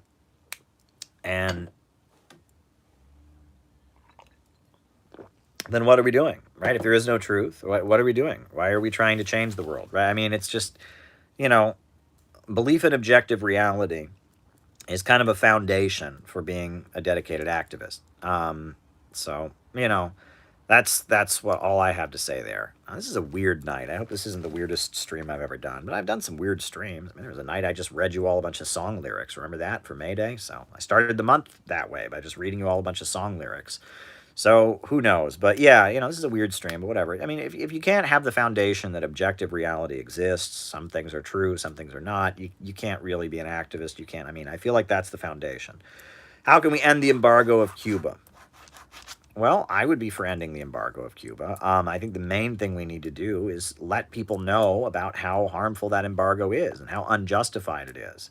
And the more Americans that are able to go to Cuba and see what it's really like, the more that the Miami right-wing Cuban fanatical lobby can be exposed and isolated and and pushed and not given the center stage in U.S. politics. The more that the claims that Cuba's a state sponsor of terror can be refuted, the more we have our work to do. Right? It's part of a general overall anti-imperialist answer. So there we go. All right. All right. Wild night. Okay. Transhumanism. That's the improving the human body with machines. Well, I don't really have a problem with that. Okay. So if someone loses a leg, right? If they have their leg amputated or they lose a leg and they get a robotic leg, is that transhumanism? I don't know. Right? If someone has heart problems, they get a pacemaker. Is that transhumanism? You're putting a machine in their heart. You're giving him a robot leg. Human beings improve their lives with machines generally. So if they improve their bodies with machines, is that different? Where do you draw the line? Right? Where do you draw the line? there's the whole test tube baby thing, right? Where it's like, the baby is inseminated in a test tube and then inserted into the woman. So there's that. If you read Brave New World by Aldous Huxley, he has a whole thing about babies being birthed from machines. Um, I don't know. I don't seem to think that transhumanism is inherently wrong because I can't find out where the line is. I guess obviously the idea of people like mixing their bodies with machines and becoming robots and all that, it sounds science fiction-y and terrifying. But at the end of the day, I don't know where is the line to where you have to say, oh, that's wrong. And someone said gene editing. Oh, okay. I don't know enough about gene editing, honestly. I don't even know what that entails. But I honestly don't know enough about the debate. I really don't. I really don't. And it's like, again, I'm not against people having pacemakers. I'm not against people having pacemakers. And I'm not against, robot feet or robot hands. So how could I be against? You're saying like hypothetically in the future we'd like have a whole robot and like insert your brain into this whole like fake robot body or something. Wasn't there a movie Surrogates that was kind of like that, a sci-fi movie? Um, I don't know. I don't really know enough about it to really comment beyond what I've already said. Animal liberation. I've commented on this before. I am not a vegan. I do eat meat. I was a vegetarian in college because I had this girlfriend who was a vegetarian, but that didn't last. I would wake up in the middle of the night, dreaming of meat, and I don't have it in me to be a vegan or a vegetarian. But at the same time, when I hear vegetarians speak and when I hear vegan activists speak, and I did this when I was in college. I remember was driving down the road with my roommate, and there were a group of people protesting outside of a Kentucky Fried Chicken, and I went and talked to them and engaged with them, and they were giving a voice to a real feeling of alienation from U.S. society, and that cruelty to animals and what goes on in factory farms, it's connected to cruelty to people, right? When someone's cruel to an animal, right? When someone takes pleasure in harming animals, when someone's sadistic, that generally is connected to harming people, right? So while I'm not a vegan, I'm not a vegetarian, I'm not a PETA animal rights person, I do feel like a lot of people in U.S. society do have a feeling that something is deeply wrong. Something is deeply wrong. And they feel deep empathy for animals. And it's in a way, it's almost like a protest against the lack of empathy and kindness and the cruelty and coldness of our society. So I can respect it on some level. I can respect it. So there you go. All right. Co-op obsession. All right. Obsession. All right. Okay. Someone said that there was a coup, Khrushchev, that Nikita Khrushchev, he had the military on his side. How do we prevent that? Well, I believe Mao Zedong said the party should control the gun should never control the party, right? And that's the danger. When the military is loyal to one faction and overrules the elected government, that's a danger, right? That should not be the situation. The military, there should not be generals over the White House. And that's a danger in any system, right? You should have the government, the state should be in charge of the military, not, the government should be in charge of the military, etc. And it goes back to Rome and the March on Rome, right? If you watch the movie Spartacus, there's a whole big thing about the March on Rome and how, the army had to camp outside of the city, and there's the Posse Comitatus Act, and there's a whole thing. All right. The PSL, Party of Socialism and Liberation, is a political party that exists in the United States. If you want to know their history and their ideological roots, go watch my video about Sam Marcy, the legend of Sam Marcy. I was in the group that PSL broke away from. I was in the Workers' World Party. PSL was a split from the Workers' World Party that happened in 2004. It was basically the Workers' World Party had started the Answer Coalition, and the Answer Coalition was organizing very effective protests against the Iraq War and raising a lot of money. And the leaders of PSL, the people that run the PSL, they are much slicker entrepreneurs, basically. They are very good at reserving permits and setting up stages and making sexy-looking signs and sexy magazines. And they're much slicker, I don't know what you want to call it, salesmen, entrepreneurs, protest hustlers, protest protest stagers. I don't know what you want to call them. You know, okay, I'll write that down. I don't even know what that is, but okay. All right. Fellow traveler band. 21st century Trotskyism. This is all over the place. That's fun, though. This is kind of fun, actually. You know, the PSL. All right, so they're split from the Workers' World Party. It was the people who ran the Answer Coalition. You know, if you read Workers' World newspaper, I don't know why you would do that to yourself. It's the most boring. I used to write for it, but it is the most of it is the most boring publication ever. It's black and white, and 90% of the articles consist of a protest happened somewhere, and here is a picture of the people at the protest. It doesn't explain what the issue with the protest was about, and it's just kind of a protest happened somewhere. Workers' World newspaper was awful. The PSL, when they broke from the Workers' World Party, they had this sexy magazine that they made, and their publications generally look much slicker and better. So there you go. You know, and PSL, yeah, they're very good at reserving permits in Washington, D.C. They're very good. They have a very good website, and they're Workers' World done with a much more entrepreneurial and slicker way of doing things. You know, and I can admit that now. You know, the Workers' World Party used to say the PSL had split because they're racist. That's not what happened. You know, PSL will tell you they split for other reasons. At the end of the day, no, it's just PSL is much better at what Workers' World does than Workers' World. Workers' World, and the final years, like the last 2 or 3 decades of Sam Marcy's life, he oriented the Workers' World Party. Their strategy was to take over the movement, right? There was something left of the 1960s new left, late 70s and 80s up into the 90s. There were still people who went to anti-war rallies. There were still protesters. There was still a movement left over from the 60s. And the orientation of Sam Marcy was that Workers' World Party would take over the movement. They would take over the movement. And they did a lot of very effective things. In 1981, they organized the People's Anti-War Mobilization, which was a huge anti-war rally right after Ronald Reagan was inaugurated. It was huge, and it was all organized by the Workers' World Party.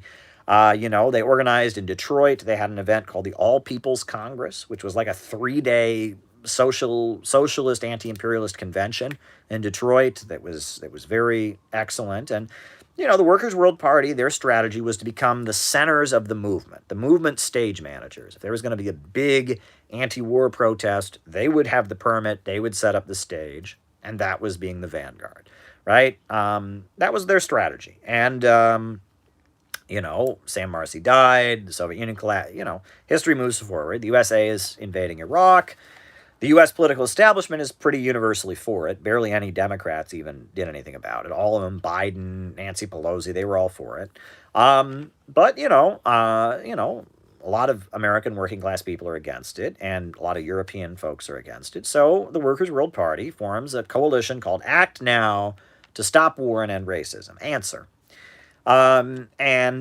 Answer got out ahead, and they were very good at getting permits, and they got the permit, and they set up the stage, and they had a slick website, and they were very good at doing it. Meanwhile, the Workers' World Party, you know, a lot of the people in the leadership and all that are not as slick as the Answer people are. I'll just be real. I mean, look at their newspaper, compare it to PSL's newspaper. Look at the way their press releases and their banners and all that look versus the way, so basically the Answer Coalition folks, they were having good protests and they were raising a lot of money. And so they finally said, you know what, we're just going to break away. And they changed the locks on the offices, and, PSL was created. And a lot of people were like, why was there no manifesto? Why was there no... Well, there wasn't, because it wasn't like a deeply political split. It was the Answer Coalition folks didn't want to be in the Workers' World Party anymore for justifiable reasons. They didn't want to be held back by the Workers' World Party. There was finally a letter of resignation which came out, and I don't have any horse in this fight anymore. And if you're in PSL, I hope that gets across to you, because I was very hostile to PSL when I was in the Workers' World Party. We were incited. I was on with my group, and my group was better than your group. My dad could beat up your dad, and PSL and Workers' World, they hate each other, narcissism of small differences, and I was in the Workers' World Parties. I was very hostile to the PSL. PSL people were very hostile to me. But if anyone in the PSL is watching this, I don't hate you, okay? I disagree with you, and I disagree with you mainly because I disagree with your strategy. right? I believe we need to get to the masses. We need to get out of the movement and get to the masses. We need to get to average Americans, and our target should be the broad masses of people. PSL's strategy remains take over the movement, right? Whatever the liberals do, they organize a rally around it. They set up the stage. They get, and we need protests. Look, I'm writing that super chat down before it goes away. All right, China, new vanguard. Look, okay. I'll end my answer about PSL like this. All right, when you have an orchestra, since all the weird super chats, have you ever worn a suit on top of the pajamas? Suit on top of pajamas. All right. Okay. You ever seen an orchestra? Right? An orchestra has trombones. An orchestra has trumpets. An orchestra has drums. An orchestra has harps. An orchestra has violins. It has a lot of different instruments. Okay? That's why it's an orchestra. A real anti-imperialist communist movement would be like an orchestra. It would have some people that would be able to lead very effective street protests. It would have some people that were able to make alliances strategically with the Democratic Party and with elected officials. It would have some people that were able to work inside the trade unions and push a revolutionary policy in the trade unions. It'd have some people that published really good books. It would have newspapers and magazines that would promote its views. It would have influence on the universities. It would have all of those things. It would be on the universities. It would be leading protests. It would be in the trade unions. It'd be making alliances with other political forces. It would be everywhere. Okay? That would be a real movement. What we have now, it would be like an orchestra, right? You have your trombones, you have your harps, you have your trumpets, but they would all be working in coordination, doing many different tasks, all to reach the ultimate goal. That is not what we have now. What we have now is we have a group of trumpets walking around going, we're the trumpets, we're the real instrument, F you, violins. And we have a bunch of violins going around. Yeah, well, the oboes are a bunch of phonies, but we're the real musical instruments. We're the violins. And that's what it is. All of these communist groups, PSL, CPUSA, they all can do one thing very well. And they fail in everything else, usually. Right? PSL is really good at staging protests. Nobody can protest like PSL can, right? I've heard people joke that PSL stands for protesting stuff lots because they will reserve that permit. I think to get a permit to have a rally in DC for the next 50 years, you got to call up, their leaders and beg them to let you do it, right? They have got the permits reserved.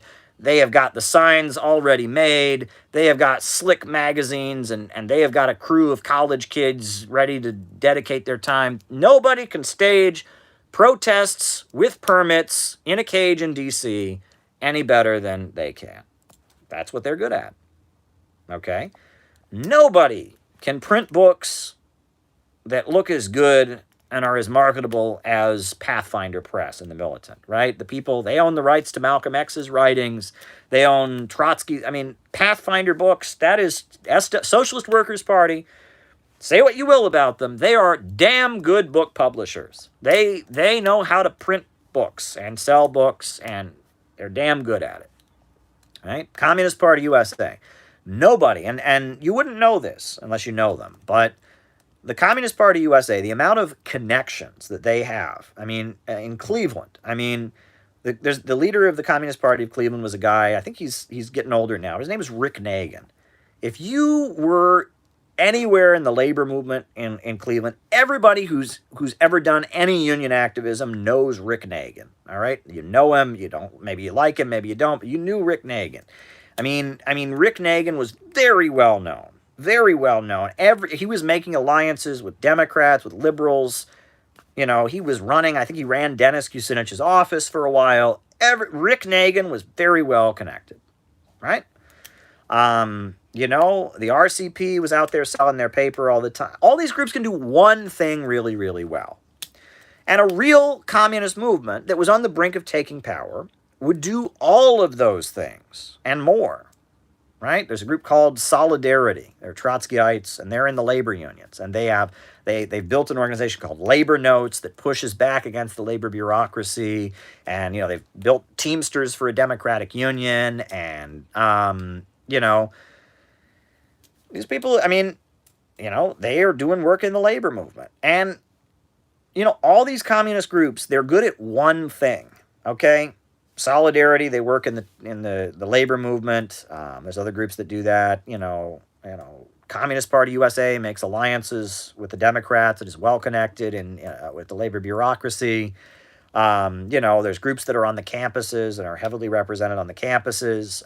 You know, there's groups that are staging protests and rallies.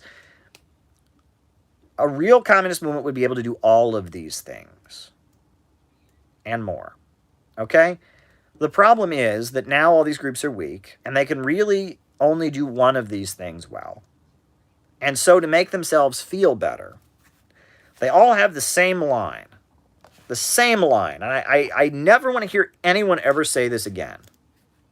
They all say, the other groups don't do anything.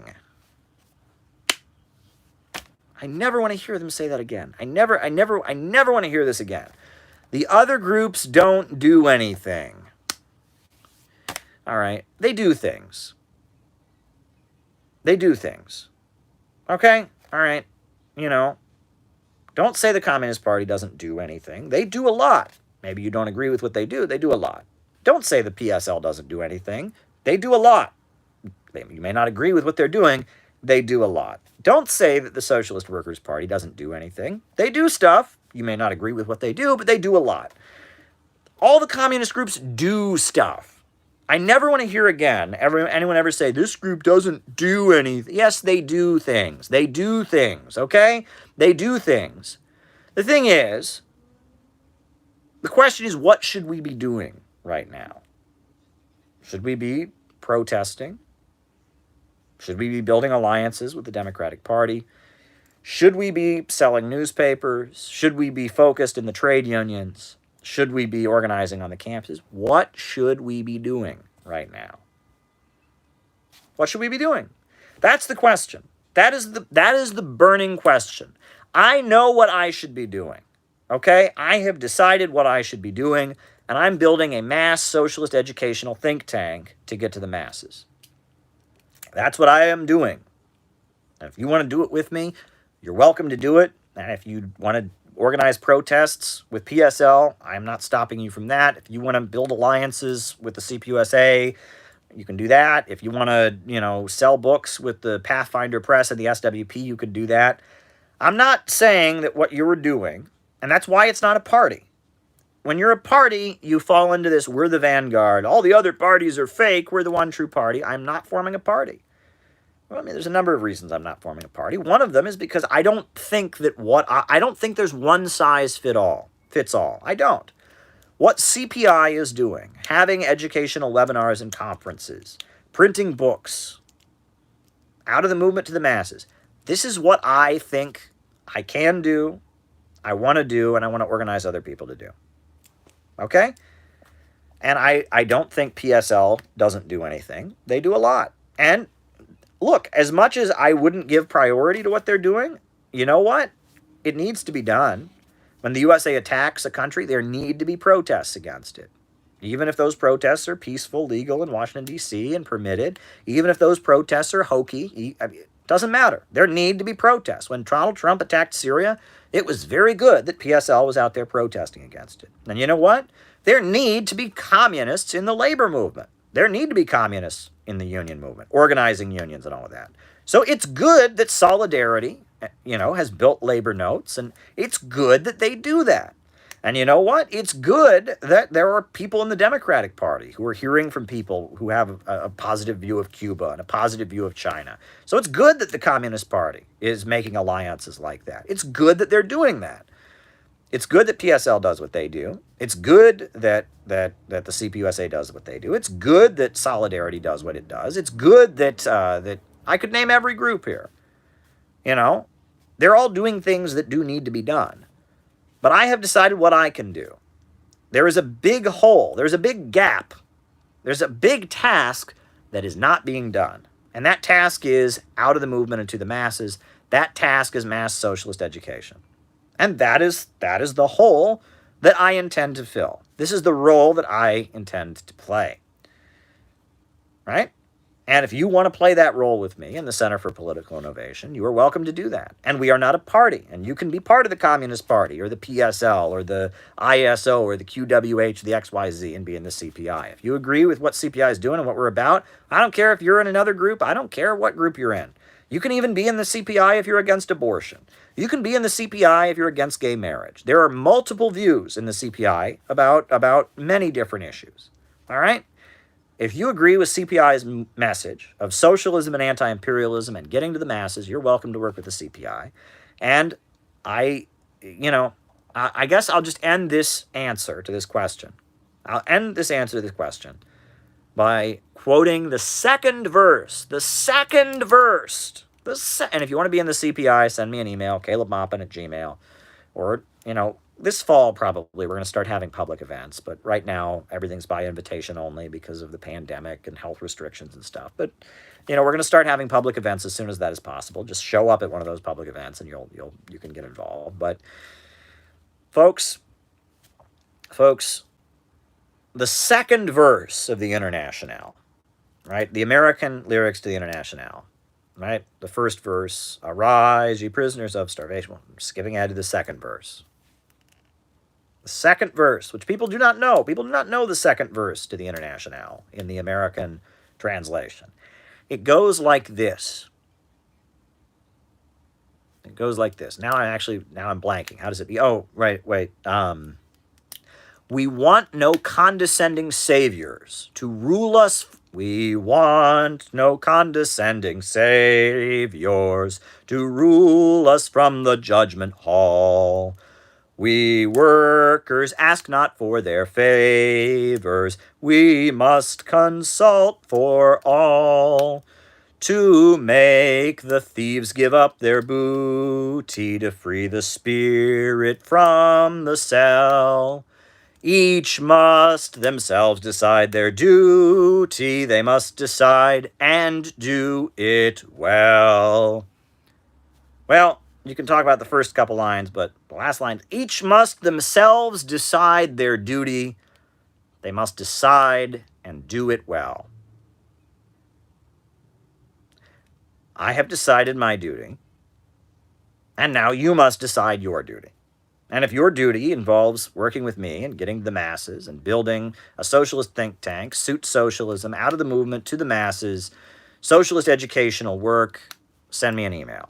And if your duty involves building protests with the Answer Coalition, go join the PSL. If your duty involves, working with the Democrats and building strategic alliances with the Democrats, go join the Communist Party. If your duty involves selling Pathfinder books, go join the Socialist Workers' Party. And you can be in all of those parties and others and no party and be in the CPI. I have decided what my task is, okay? I've decided what my task is. I have decided my duty. I've decided and do it well. And you must decide your duty and do it well, okay? And I am so sick. I never want to ever in my life hear someone say, that group doesn't do anything. Yes, they do. Yes, they do.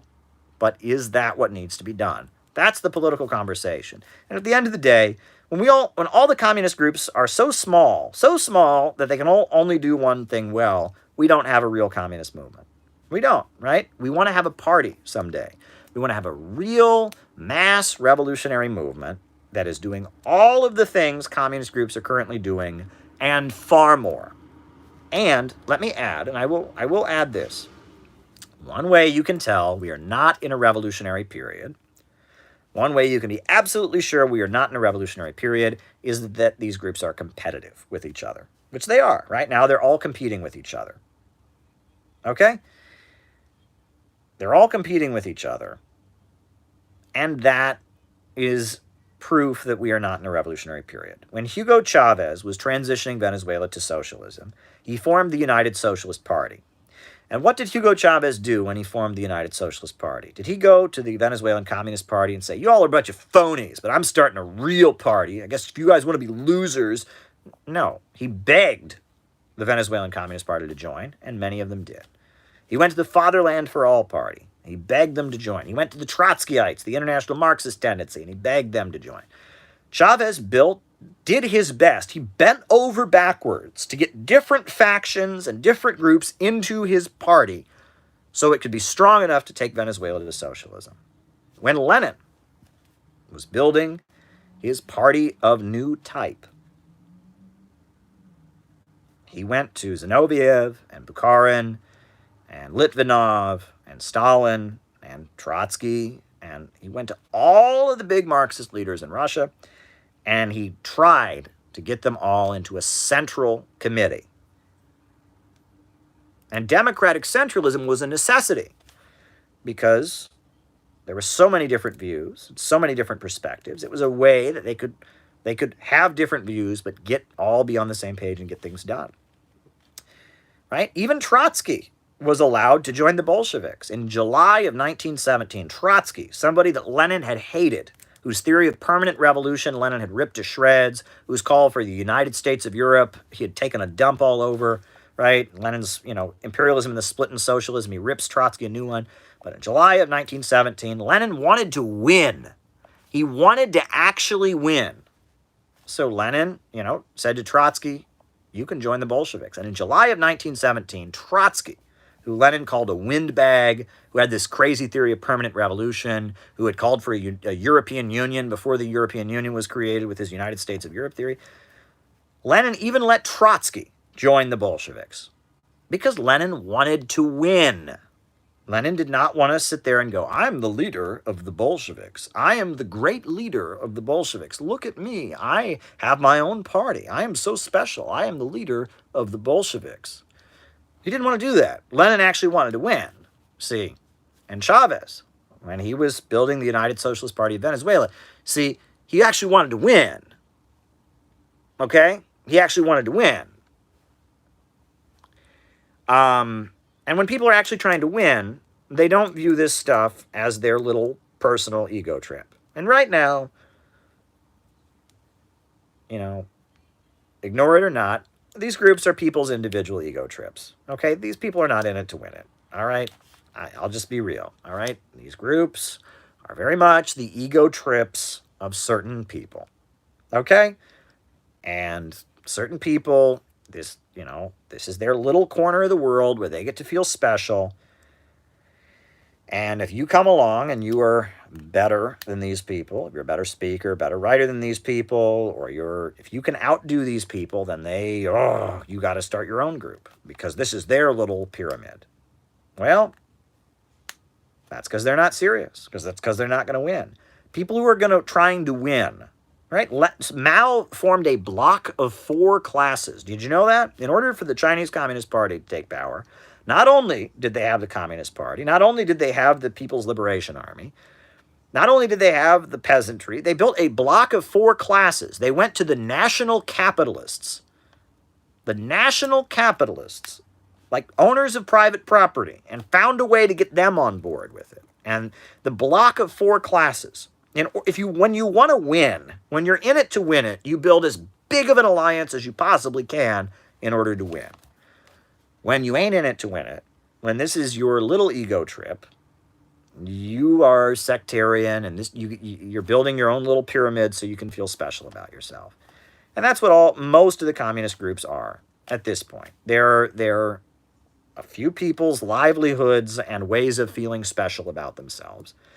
And, I'm not going to stop them, right? They have the right to do that, But I can tell you this. I'm not building a new party. I'm not organizing a new party. There's nothing in the United States that really could be considered a real party that could take power. But when something like that comes along, their approach won't be, don't go with Caleb and the CPI. That won't be their approach. When that comes along, I'll know when it comes along. Because those people will come to me and say, Caleb, let's make an arrangement. Caleb, we would like you, maybe you're not going to agree with us, we'd like you to have a relationship with us. And we would like the Center for Political Innovation and our group to have an understanding and combine our forces. And when that happens, I'll know that this is for real. That this is for real. This isn't stupid left sectarian competitiveness. This is for real. And, when the American Lenin or American Hugo Chavez comes along, their approach toward people like me and toward people like PSL and CPUSA and all the different groups will be a very, very, very, very different approach. It will be, how can I get these people on board with me in order to accomplish what we want to accomplish? Not how can I outdo these people? How can I show that these people are phonies and I'm the true one? How can I make sure that these people submit to me and make me feel like the great leader? It'll be, how can I get these people on my team in order to win? And when such a movement comes along, I'm sure I will be approached. And the people will sit down with me and, will want CPI to function and coordinate with them. And that conversation could happen. But yeah, right now, no group in the United States approaches things like that. The left doesn't operate that way. There's no force that I know of, except for maybe DSA, but they're not really anti-imperialist or socialist. They're just kind of social democrats. But other than the DSA, which is a mass social democratic formation, there's really no organization in the United States at this time that functions the way a group that would actually want to take power would function. Okay? That's just a fact. Okay? So, I'm doing what I can do. You're doing what you can do. If you want to do what you can do with me, send me an email. If you want to do what you can do elsewhere, by all means, I can't stop you. And I respect you for doing that, because what you are doing in these other groups is something that needs to be done. I might disagree with you on this or that, but it does need to be done, So there you go. That was a long-winded answer, but it's something. Look, I have often wondered, how do I go about answering this? Because I know so many good people that are in the PSL, and I would never say they don't do anything, and I would never say that what they do shouldn't be done, because it does need to be done, but I am doing something different. And so how do I deal with that? Well, I just gave you a long-winded answer. What a night. This is great. The merry, merry month of May. Tomorrow is June 1st. All right. Alexandria Kollontai and Krupskaya. Krupskaya was Lenin's wife. She wrote a book about how to organize, I believe. She wrote a book that said you should study your political writing early in the morning rather than after work, so that your mind is fresh and you're rested. You're not exhausted after working in the factory. She wrote a very good book about, advice to how to be an organizer. Alexandria Kollontai, she was the gender theorist. She was kind of an advocate of gender theory and sexual liberation, was in the Bolsheviks. And I believe, if I'm not mistaken, Lenin criticized her with his, the tirade that Lenin gave against the glass of water theory was directed at her. But she was part of the workers' opposition. She was in one of the more ultra-left factions of the Bolsheviks. She ultimately, Alexandria Kollontai, one of the main gender theorists of the Bolsheviks. And I think she lived in New York City she lived in New Jersey for a while before the revolution. She was in exile, if I'm not mistaken. She's an important Bolshevik figure, Alexandria Kollontai. All right. Is there anti-imperialism in social democratic circles? Well, there used to be a lot more of it. Let me put it that way. But at the end of the day, and this is kind of a weird thing to say, but part of what makes social democracy is that it's pro-imperialist. I mean, there can be people that are not pro-communist, that reject Leninism or something, but at the end of the day, part of what makes social democracy is that it's pro-imperialist, is that it doesn't want to dismantle imperialism. So if you are really anti-imperialist, you want to dismantle the global system of monopoly capitalism, you're kind of by definition not a social democrat at that point. But, in terms of anti-war sentiment, social democrats used to be a lot more anti-war than they are now. At this point, social democrats, are more pro-war than average people, and that's terrifying. All right. Intersectionality. The concept of intersectionality is something I have no objection to. The idea that the struggle of workers is also the struggle of women. It's also the struggle of people against racism is also the struggle of LGBT people. Well, what could be wrong with that? There's nothing wrong with that. It's true, right? That all struggles against oppression are tied together, right? And that's something that anti-imperialists and Marxists have always known. They didn't call it intersectionality. They called it solidarity. They called it, uniting the struggle. Intersectionality is an academic term, and it's one of those buzzwords that's used by the postmodernist crowd, right?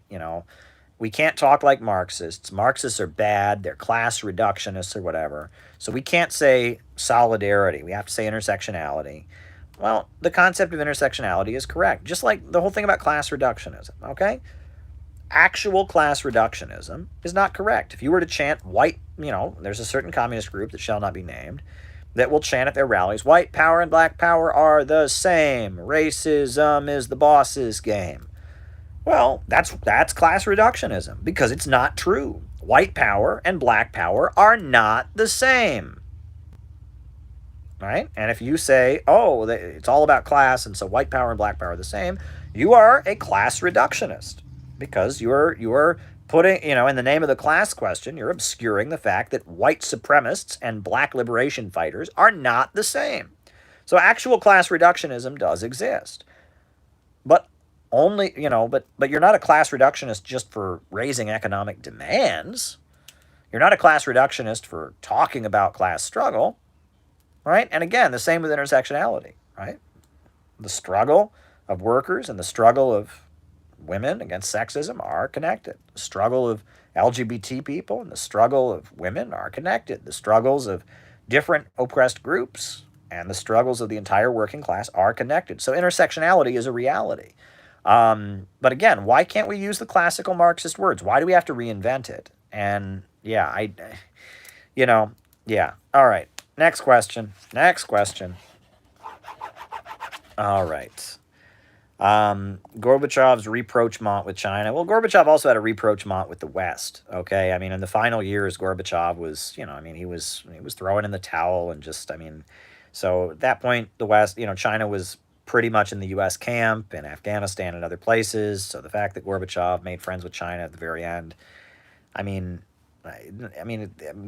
I believe he rehabilitated Trotsky. He rehabilitated like every person that had ever been executed, and the final years, the fall of the Soviet Union, they were just, if you read, basically the idea was the Soviet Union was going to transform into being Sweden or Norway, it was just, they were throwing in everything. Gorbachev denounced class struggle, and he said that he only believed in universal human values. So there you go.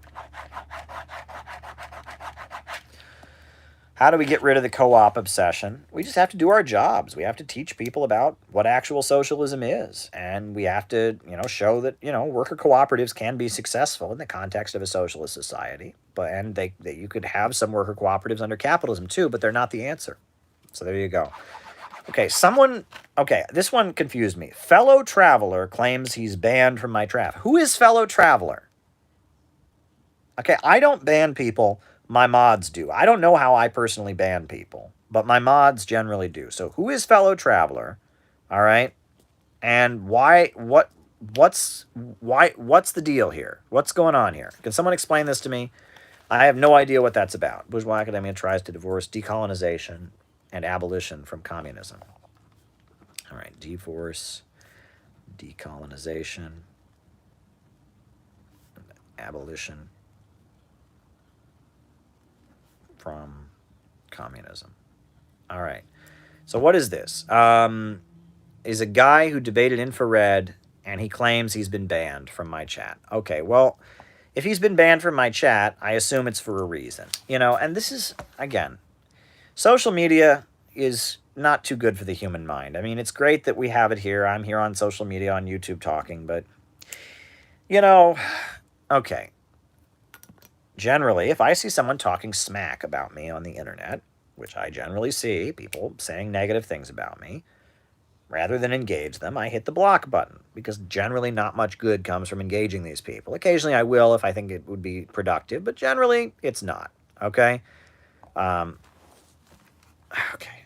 CZP, attitude toward Japan relations. Generally it's not productive. to engage with those folks. But the classic trick, so after these people have posted, Caleb is a dumbass or whatever, I block them. And then they realize it 3 months later, and they post, Caleb blocked me because I'm trans. It's like, I didn't know the person was trans. I just know they posted that I'm a dumbass, right? I have plenty of trans people I don't block. Caleb blocked me because I'm trans. No, I didn't. I blocked you because you posted that I'm a dumbass, all right? And if you post that I'm a dumbass, I have nothing to say to you, so I block you. This is like, why do I owe it to you not to block you, right? I've had, and many times this has happened, someone has apologized to me. They've said, I watched Skippy the Bear's video, and I thought you were the Grand Wizard of the Ku Klux Klan. Then I watched the video, and I realized I watched your stuff, I realized you're a good guy. I'm sorry. And then I'll unblock them. And I will many times do that. I will unblock people. But it's like, I don't know who Fellow Traveler is. I don't watch his content. But if he came in this chat and was talking out of his ass, he got blocked. And I don't block people. My mods do, right? Now, if he's sorry and he's going to come in and not talk out of his ass, and he wants to come here and make that clear, we'll let him back in. But, I'm not obligated. It's like I get emails. I get people who inbox me. This is my favorite. Tell me why China is socialist. No. Watch my videos. Watch my videos. I'm sorry, I don't owe you, random person on the internet, a specific argument about why China's socialist so that you can refute it and feel like you got me. I don't owe you that. So I just ignore those messages. I get a lot of those. Tell me why China's socialist. No, watch my content. I have all kinds of videos on why China is socialist.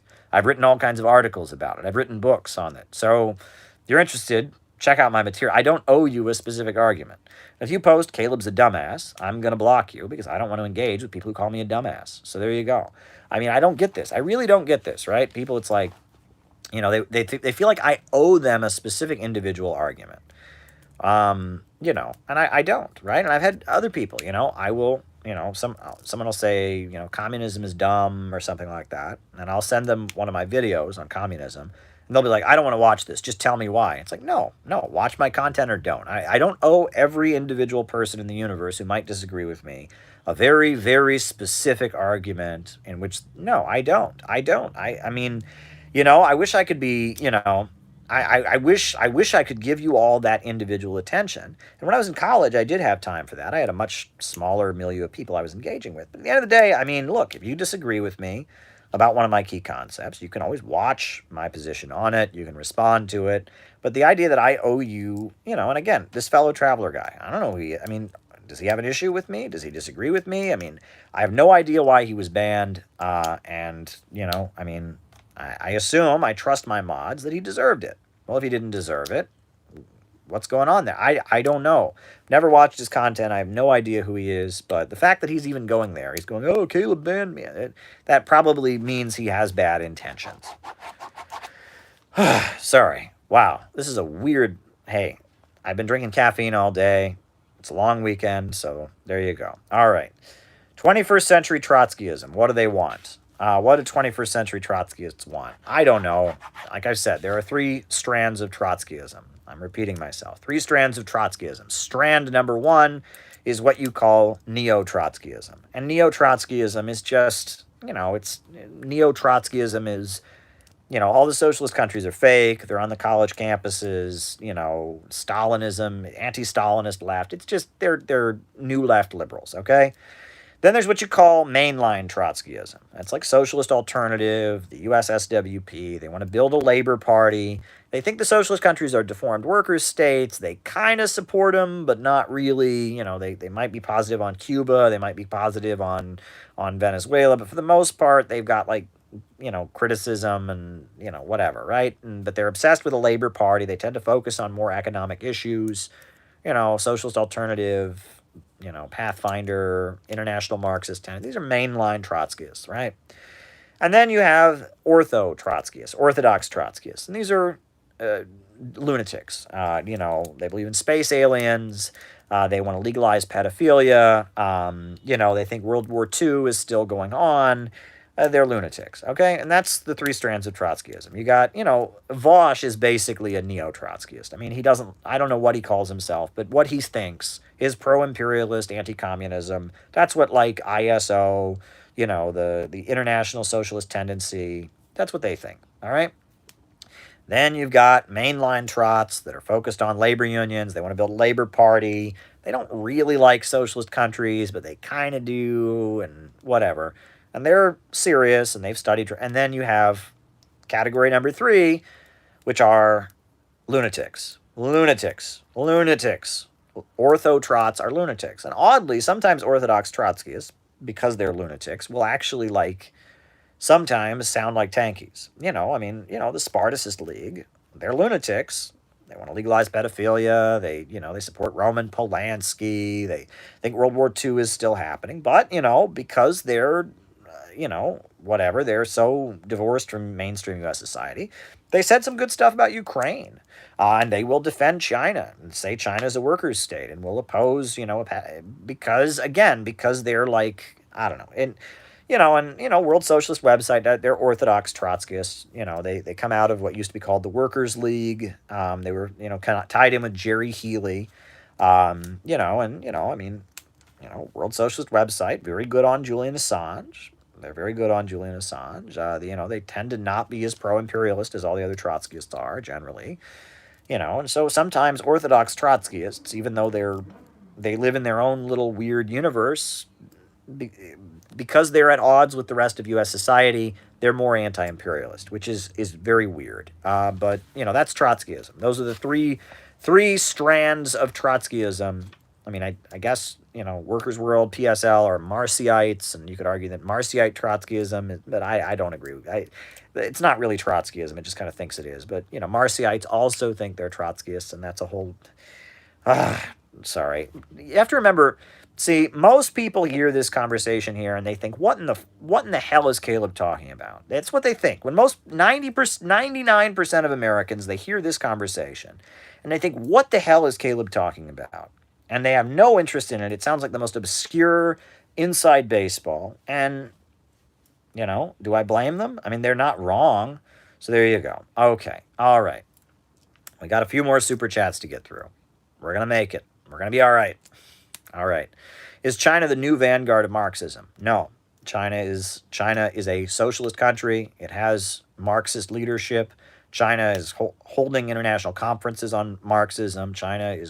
But China does not seek to lead the global Marxist movement. China does not want to do that. China has made clear that class struggles beyond their borders are not their business. China is interested in Marxism. Marxism is the ruling ideology of China, but China is not directing the world Marxist movement. They simply are not. So, I would not give them that label. Next question. Have I ever worn a suit under my pajamas? Or have I ever had pajama pants on underneath my suit? No, generally I don't. I mean, I rarely wear a suit at home unless I'm doing like a broadcast for television or something like that. Rarely, like I'm at home right now, I'm wearing a sweater, I got jeans on. The suit is generally when I'm at work or when I'm doing a broadcast for television. But so generally, no, I don't wear pajama pants and a suit. Have I ever? Maybe. I don't recall. At the end of the day, but for the most part, when I'm on here, I'm not wearing a suit, right? If I'm at home. If I'm at work, I'm wearing a suit for sure. And if I'm doing a broadcast, like I'm going to go on TV or it's a big debate, I'll wear a suit or something. For the most part, that's how we do things. Okay. Academia, they seek to divorce decolonization and abolition from communism. Yeah, prison abolition. Again, Angela Davis came up with that. And the concept of prison abolition, if you go to average people and you say, we want to abolish prisons, and they're like, oh, okay, so someone comes and rapes 10 women, what do we do with them? Right? And, oh, you want to abolish prisons. Oh, okay, so what about, guy who cuts, women into 45 pieces? Where do we put him? It doesn't make sense to people. It doesn't make sense to people. I mean, it does not make sense to people.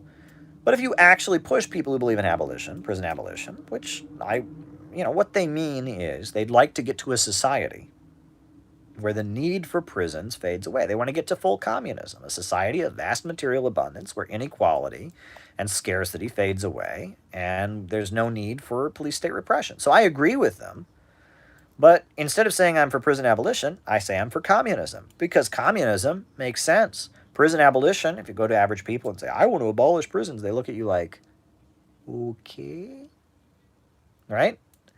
It's much easier to explain to people communism, and I'd much rather people understand communism than understand a very long, convoluted argument that begins with, we should have no prisons, and they look at you like you're a lunatic, right? Right? And that's the problem. Again, a lot of what academia does, in order to get their grant money, they can't be communists, right? You can't get your grant money and write a book in favor of communism, because then you don't get your grant money. So you have to come up with a long, convoluted concept. This is why Gramsci is very popular. Antonio Gramsci, the leader of the Italian Communist Party, academics love him. Why? Because he wrote prison notebooks. He wrote his prison notebooks, and his prison notebooks were written in code. Instead of saying Marxism, he says the theory of praxis, right? And they're written in code. It's safe. It doesn't sound like communism. So academics can write about it and not be communists. Decolonization. Why don't we talk about getting rid of imperialism? Why don't we talk about anti-imperialism and imperialism? Decolonization theory. Again, it's like in order to get their grant money, in order to get credibility in the academic world, you can't be a communist. So you have to do like leaps and backflips, Gramsci was a communist, right? But a lot of academics who quote Gramsci have no clue that he was a communist. How can you not know that Gramsci was a communist? Look at his Wikipedia page. Why do you think he was in prison? Do you think Mussolini put him in prison because he wore bad shoes? Do you think he was Mussolini put him in prison because he walked down the wrong side of the street? No, Gramsci was put in prison being the leader of the Italian Communist Party. Okay, Gramsci was about as communist as you can get. But all these academics, I swear, I sat in college classes, and professors would, click. Next, we have a quote from Gramsci, sociology, history, anthropology, quote from Antonio Gramsci. I can swear, about 50% of these professors had no clue Antonio Gramsci was a communist. Why? Because if you read Antonio Gramsci's writings, they're written in code, because he was in prison. And in prison, your mail is censored and such. But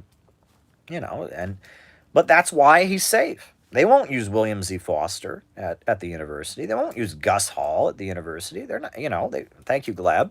But they'll use Gramsci because it's written in code. And this is a problem. And academics, yes, in order to get their funding and all that, they have to bend over backwards and leaps and backflips about why, and it's not helpful if you're getting to the masses. If you're trying to get funding, you do your academic thing to pay your bills. Okay, right? If you need to be an academic and pay your bills, and you have to write a book about prison abolition, not a book about communism, okay. But if you're trying to build a mass movement and get to the masses and win the masses to support you in a program, you don't go around talking about prison abolition. I hope that answered your question, Chaya. All right. Okay. What is the Chinese Communist Party? What is the Chinese Communist Party and their attitude towards Sino-Japanese relations? Well, I think China and Japan trade with each other. The Chinese Communist Party is very proud of China's heritage of defeating Japan. And every so often, Japan will do something stupid, like try to omit, the horrendous massacres of Chinese people that happened, during World War II. They'll try to omit that from their school textbooks, and the Chinese people will get very fired up and angry about it. And the anger at Japan for what it did during the Second World War and its horrendous atrocities has certainly not vanished and gone away. It's still very much alive. But at the end of the day, it looks to me like the Chinese Communist Party wants to do business with Japan. Japan is a big economic power in Asia, and China is also an economic power in Asia, and they want to do business with each other. It's not a crime to trade with Japan, right?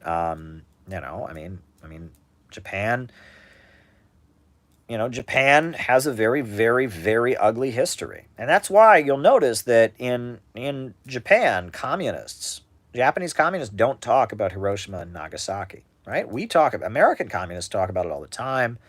But in Japan, there's kind of a feeling that if we start talking about Hiroshima and Nagasaki, that leads to the notion that we're the victim in World War II and we don't want to go there. And that makes sense, right? Because in Japan, there are a lot of people walking around who do have a different opinion of World War II. There are right-wing, militaristic kind of people in Japan, even up to today. And so communists in Japan will also often be very, very careful when they talk about World War II, not to feed into those kind of toxic narratives. The Japanese Communist Party is a very big institution. There's a novel called Crab Ship that was very popular among Japanese communists.